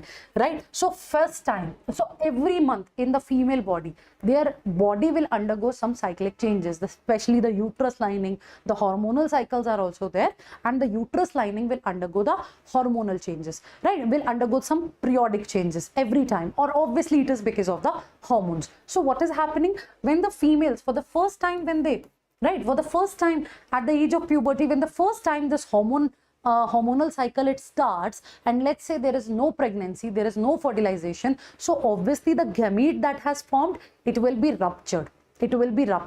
And at that time, because hormones are present in our body, that hormones are not just helping in the growth of follicles, they are not just helping in the growth of that female gamete, they are also acting on the uterus as well. Okay, it is also acting on the uterus as well. Like when there is the increase in the secretion of estrogen, so that estrogen will proliferate the uterus lining. Right, it is going to proliferate the uterus lining. Let me explain it. So you remember the diagram of uterus? It is an inverted pear-shaped structure. Do you remember the diagram of uterus? It is the inverted pear-shaped structure. It is the womb basically. It is the hysteria basically. So this uterus is having how many layers? Remember? How many layers are there in uterus? Uterus is having the 3 layers. Okay. Uterus is having 3 layers. How many layers are there in uterus? 3 layers. Outermost is perimetrium, which is meant for protection. Second one is myometrium. Right. Outermost is perimetrium. Middle one is myometrium. Third one, the innermost is endometrium. The innermost is endometrium. So what is the point here, bache? Perimetrium, as I said, it is outermost. Perimetrium, as I said, it is the outermost layer meant for protection. Myometrium, the middle layer having muscles. Myo word is associated with muscles, right? Myo word is associated with muscles. So smooth muscles are present here. Smooth muscles are present here. And endo means inside. This layer is, bache, glandular as well. Right, this layer is glandular. It is secretory. It is glandular and secretory layer. Innermost layer it is. Now, this endometrium, because here in this endometrium, the implantation will occur. After pregnancy, that zygote when it will form blastocysts, it will get implanted here in endometrium, right? It will get implanted there in endometrium. So this endometrium, it needs to be very thick, right? For the pregnancy to hold, for that baby to hold, the endometrium needs to increase its lining, right? It needs to be thick to hold that blastocyst. So every month in female body, because every month female body is preparing itself for the pregnancy. If there is pregnancy, menstrual cycle will stop. But if there is no pregnancy, then menstrual cycle will be there. The bleeding phase will be there. So every month after attaining puberty till menopause, menopause can be attained in the late 40s or in the early 50s. So till that age, every month female body prepares itself for the pregnancy. Imagine it. Imagine it. Right? Every month there will be that hormonal cycle which is going to disturb the body, which will even affect the metabolism, which will cause many changes in our body. Right? So one of them is this estrogen will also act on the endometrial lining. It will increase the proliferation there. It will make it thick. It will make it secretory. And when progesterone will come, progesterone will help in increasing the, progesterone will help in the secretory nature of this endometrium. That is how it works. Okay, that is how it works. So every time during every menstrual cycle, this endometrium will go under periodic shed off. No pregnancy, endometrium lining will degenerate. No pregnancy, endometrium lining will degenerate. Clear? Clear? Okay. So you see this estrogen. So now FSH is releasing. You know that it will act on follicle. Now related with the hormones, bache. You know that FSH is releasing. It is acting on follicles. Follicles are maturing. Follicles are increasing their size. So obviously what is happening in return? Estrogen is also releasing, right? FSH is acting on these follicles. Follicles are maturing, and in response to that, even the estrogen secretions will get induced. So when estrogen is increasing, see how it is affecting the uterus lining. First of all, understand this image, then individually I will tell you about the phases. So obviously it is proliferating. It is proliferating. Even after ovulation, right? After ovulation, when LH and FSH is at peak as per this, right? Estrogen is also increased. So see, it is acting. So after that, when progesterone, you know, when corpus luteum will degenerate, relate it here. When corpus luteum will degenerate, when corpus luteum will form, the secretion of progesterone will increase. So when progesterone is high, even LH, FSH and estrogen is low, right? Even FSH, LH, estrogen is low when the progesterone is high. And then again endometrium lining, its growth will increase. But if there is no fertilization and corpus luteum is regressing, so again the bleeding phase will occur, endometrium lining will shed off. Right? Endometrium lining will shed off. So this is basically the menstrual cycle, bacho. Right? It is actually the menstrual cycle. So menstrual cycle is having some phases. Let me write it. Just a minute.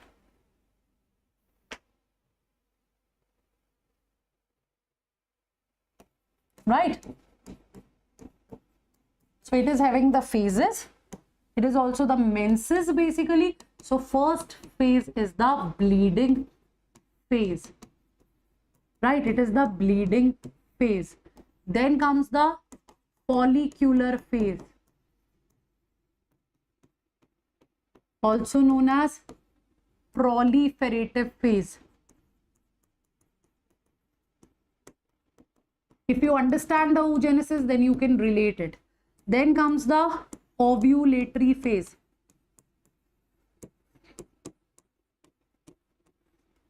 Then finally the secretory, also known as luteal, also known as post-ovulatory phase. Post-ovulatory phase. Clear, bache? Post-ovulatory phase. Okay. Right? These are the 4 phases in the case of menstrual cycle. Right? These are the 4 phases in the case of menstrual cycle. Done, bache? Done, bache? Yes. Is that clear? Yes or no? So very first phase is the bleeding phase. Okay. Very first phase is the bleeding phase. So now this cycle, it is going on in our body. So on an average, we consider it for 28 days or for the 29 days, right? On an average, we consider it for 28 days or for the 29 days. But it varies from body to body, right? It varies from body to body. When you talk about these menstrual phases, right, ideally it is for, on an average, it is for 28 days or for 29 days. As I said, it can vary. It depends upon the hormone secretion, it depends upon the stress level, it depends upon the feeding habits, right? Okay, so all the things, even the sleeping habits, they also affect the menstrual cycle, right? In the case of air hostesses, you know, that are traveling in different time zones, obviously their periods, they are always irregular.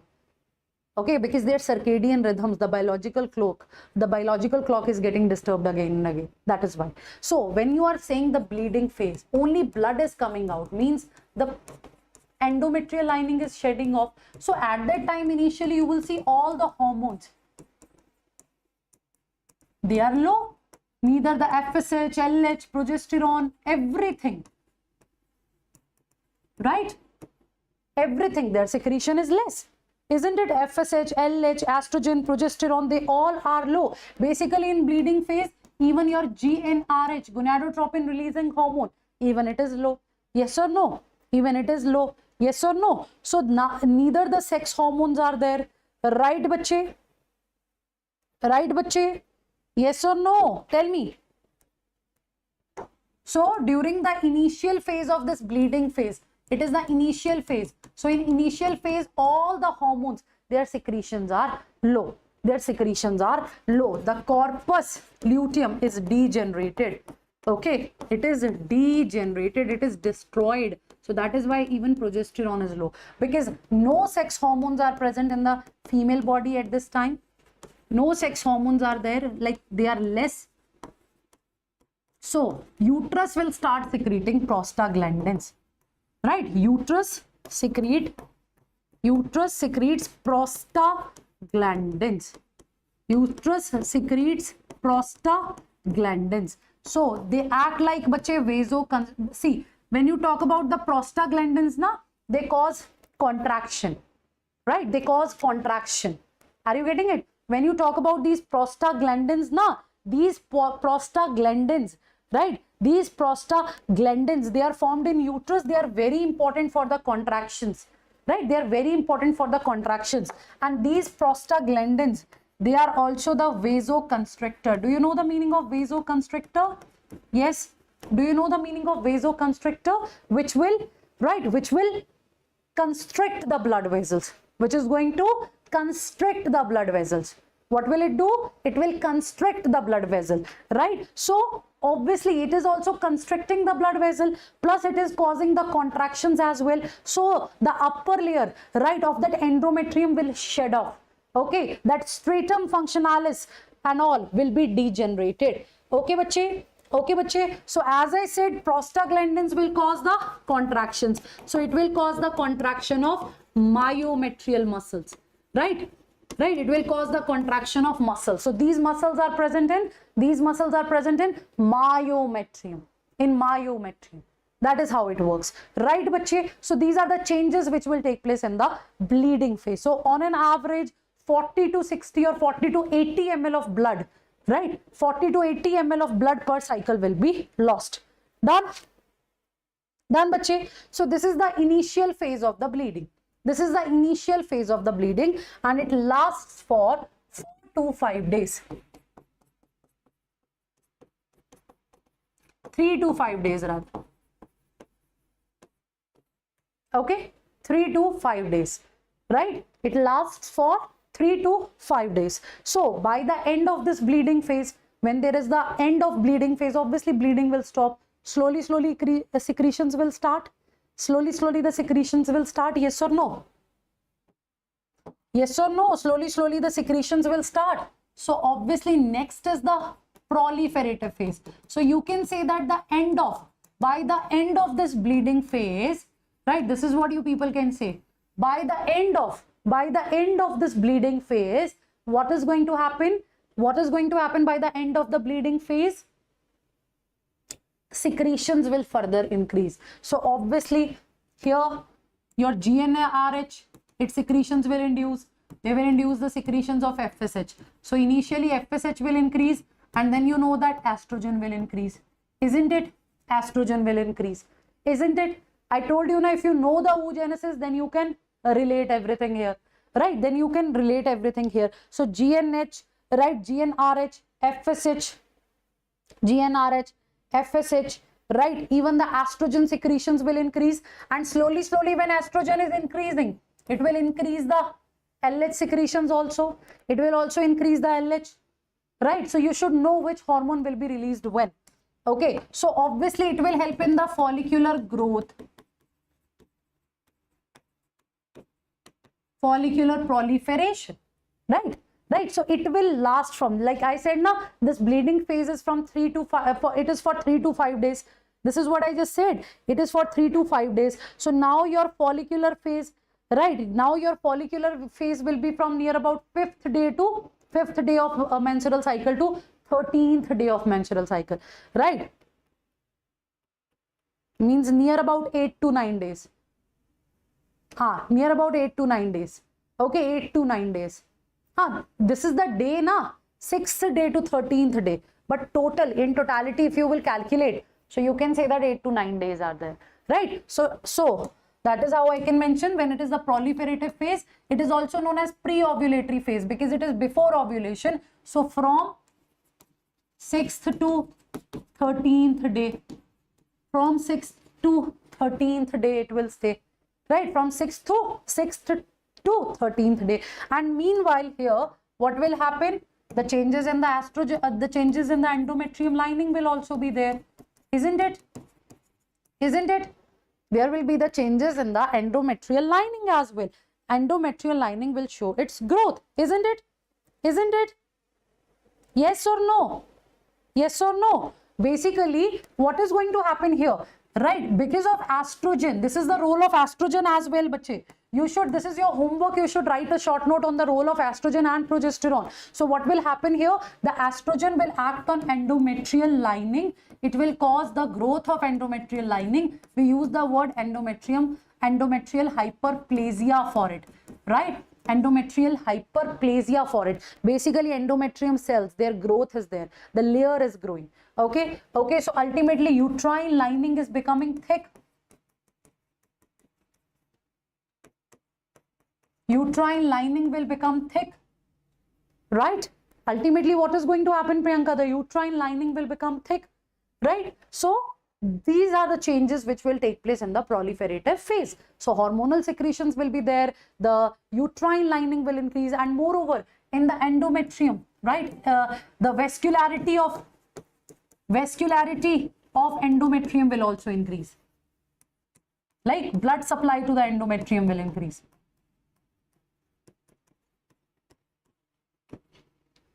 Right, vascularity of endometrium increases. Clear, bache? These are the changes which will occur in the proliferative phase. Now, what is going to happen next? Bache, this thing is very interesting. As I said that there will be an increase in FSH level, then LH level, FSH level, then estrogen level, then LH level. So there comes a time when LH is at its peak.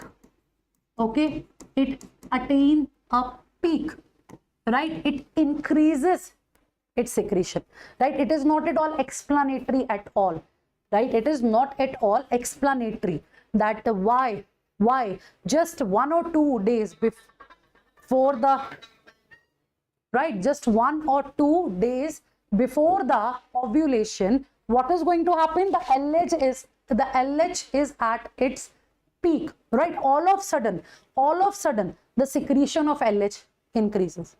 Okay, that is the LH surge. So when will this ovulatory phase occur or ovulation occurs? On the 14th day.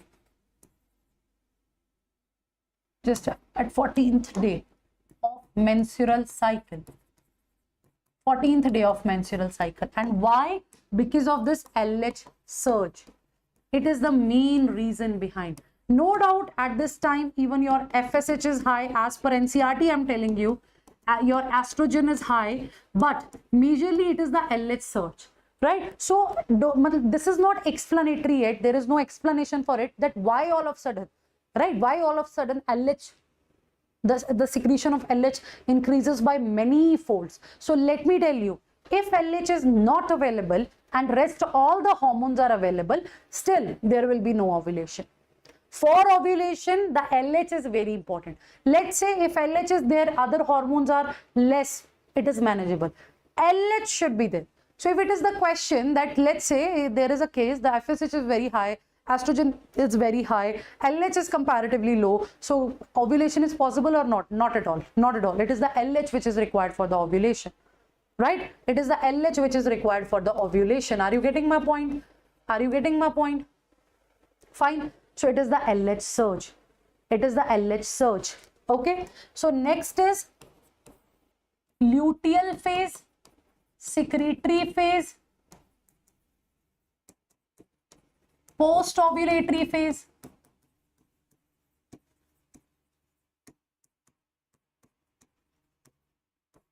Right? Luteal phase, secretory phase, post-ovulatory phase.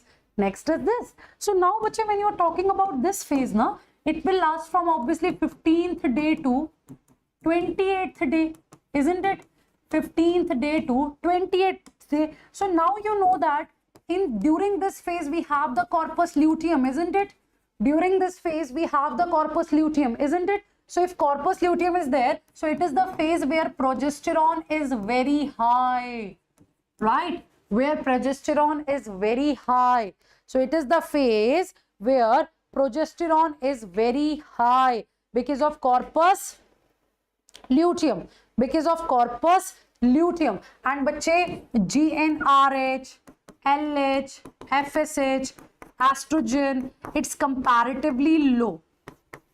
Okay, it's comparatively low. It's not that high. It is the progesterone which is high. So obviously progesterone will also act on the mammary gland, right? Even this progesterone will also act on the endometrial lining. Okay, it will increase the secretory nature of, it is going to increase the secretory nature of endometrium, right? Secretory nature of endometrium. Okay, this is the main role of progesterone there. It is preparing uterus for the implantation.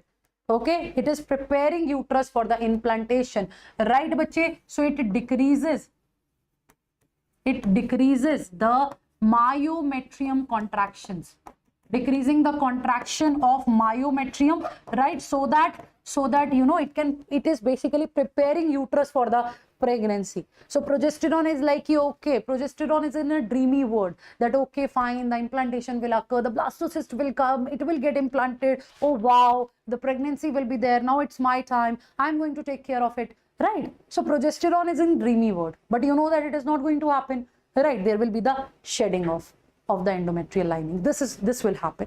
Clear? So progesterone is also known as, you know, anti-abortion hormone because it maintains the pregnancy. It is also known as anti-abortion hormone. It is the one that maintains, P for progesterone, P for pregnancy. So it maintains pregnancy. Clear? It maintains pregnancy. Okay? Okay, this is the luteal phase. So you know that with the time, if there is no fertilization, no signal for the corpus luteum to grow further, it will degenerate, the corpus albicans will form, and again there will be the bleeding phase. Okay, again there will be the bleeding phase. Clear, bache? Clear? That is how it works. Fine, that is how it works. Done? So you just need to revise this diagram. Fine, you just need to revise this diagram. Okay, so you can see that on the day, right, if menstrual cycle is for 28 or 29 days, so you can see on 22nd day, this corpus luteum, it is at its peak. The secretion of progesterone is at its peak. This is what you can conclude from this particular graph. Okay, so now bache, I'll add 2 or 3 points here. So as I said, the menstrual cycle is for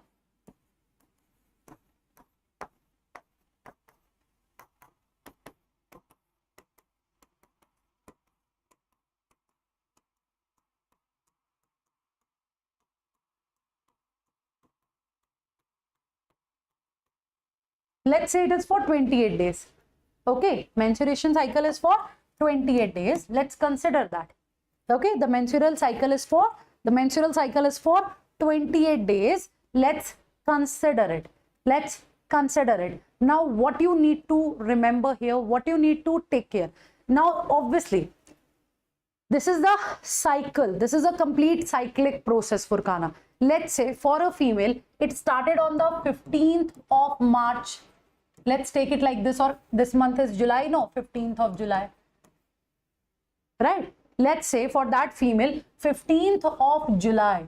15th of July is the first day of menstrual cycle.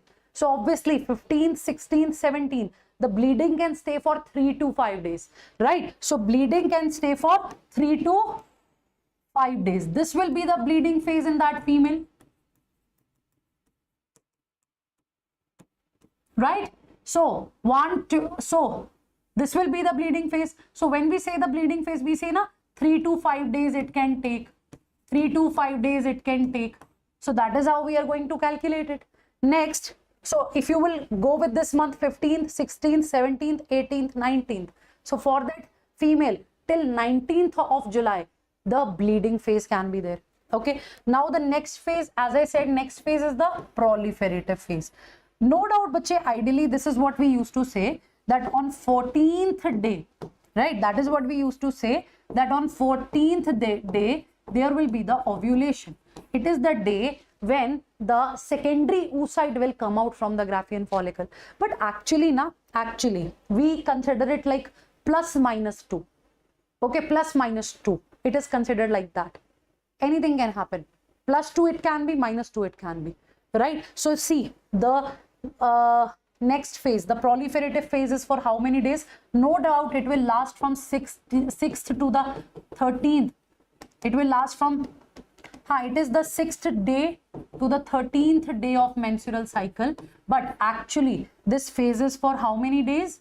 See, 1, 2, 3, 4, 5, 6, 7, 8, near about 8 days.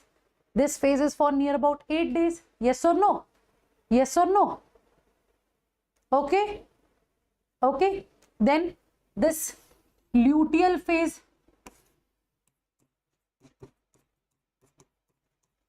It is for, no doubt it is from day 15 to day 28, right? In the case of menstrual cycle, no doubt it is from day 15 to day 28, indeed. But actually this phase lasts for 1, 2, 3, 4, 5, 6, 7, 8, 9, 10, 11, 12, 13, 14. 13 to 14 days. Isn't it? 13 to 14 days. So that is how we calculate the days. Now let's say if in a female the menstrual cycle is for 31 days, right? In a female the menstrual cycle is of 31 days. So can you tell me when will she have her ovulation day? Can you tell me when will she have her ovulation day?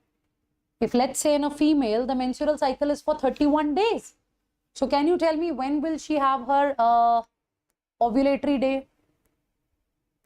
Now the menstrual cycle is for 31 days.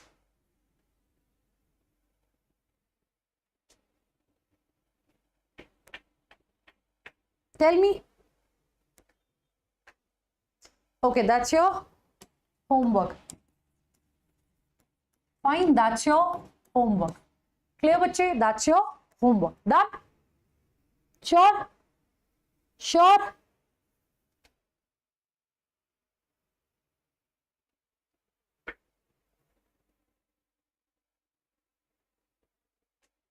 Any doubt? Any doubt? So this is all about the menstrual cycle. This is all about the graph here, bache, right? So all the major events are written here, so you just need to read it from NCERT. And the next topic that we need to start is fertilization and the implantation. So now what do you want? You want to finish it today, or you want to complete it tomorrow or day after tomorrow? When do you want to complete it? Tell me. Fertilization and implantation.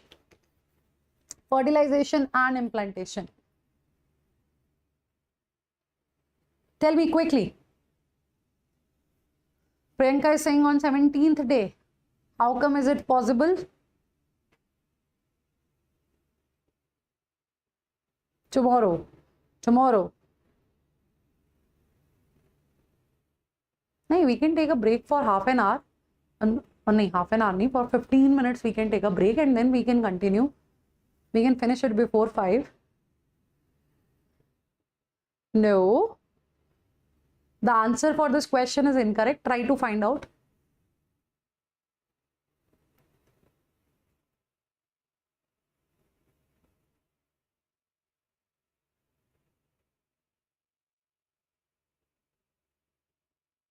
Okay.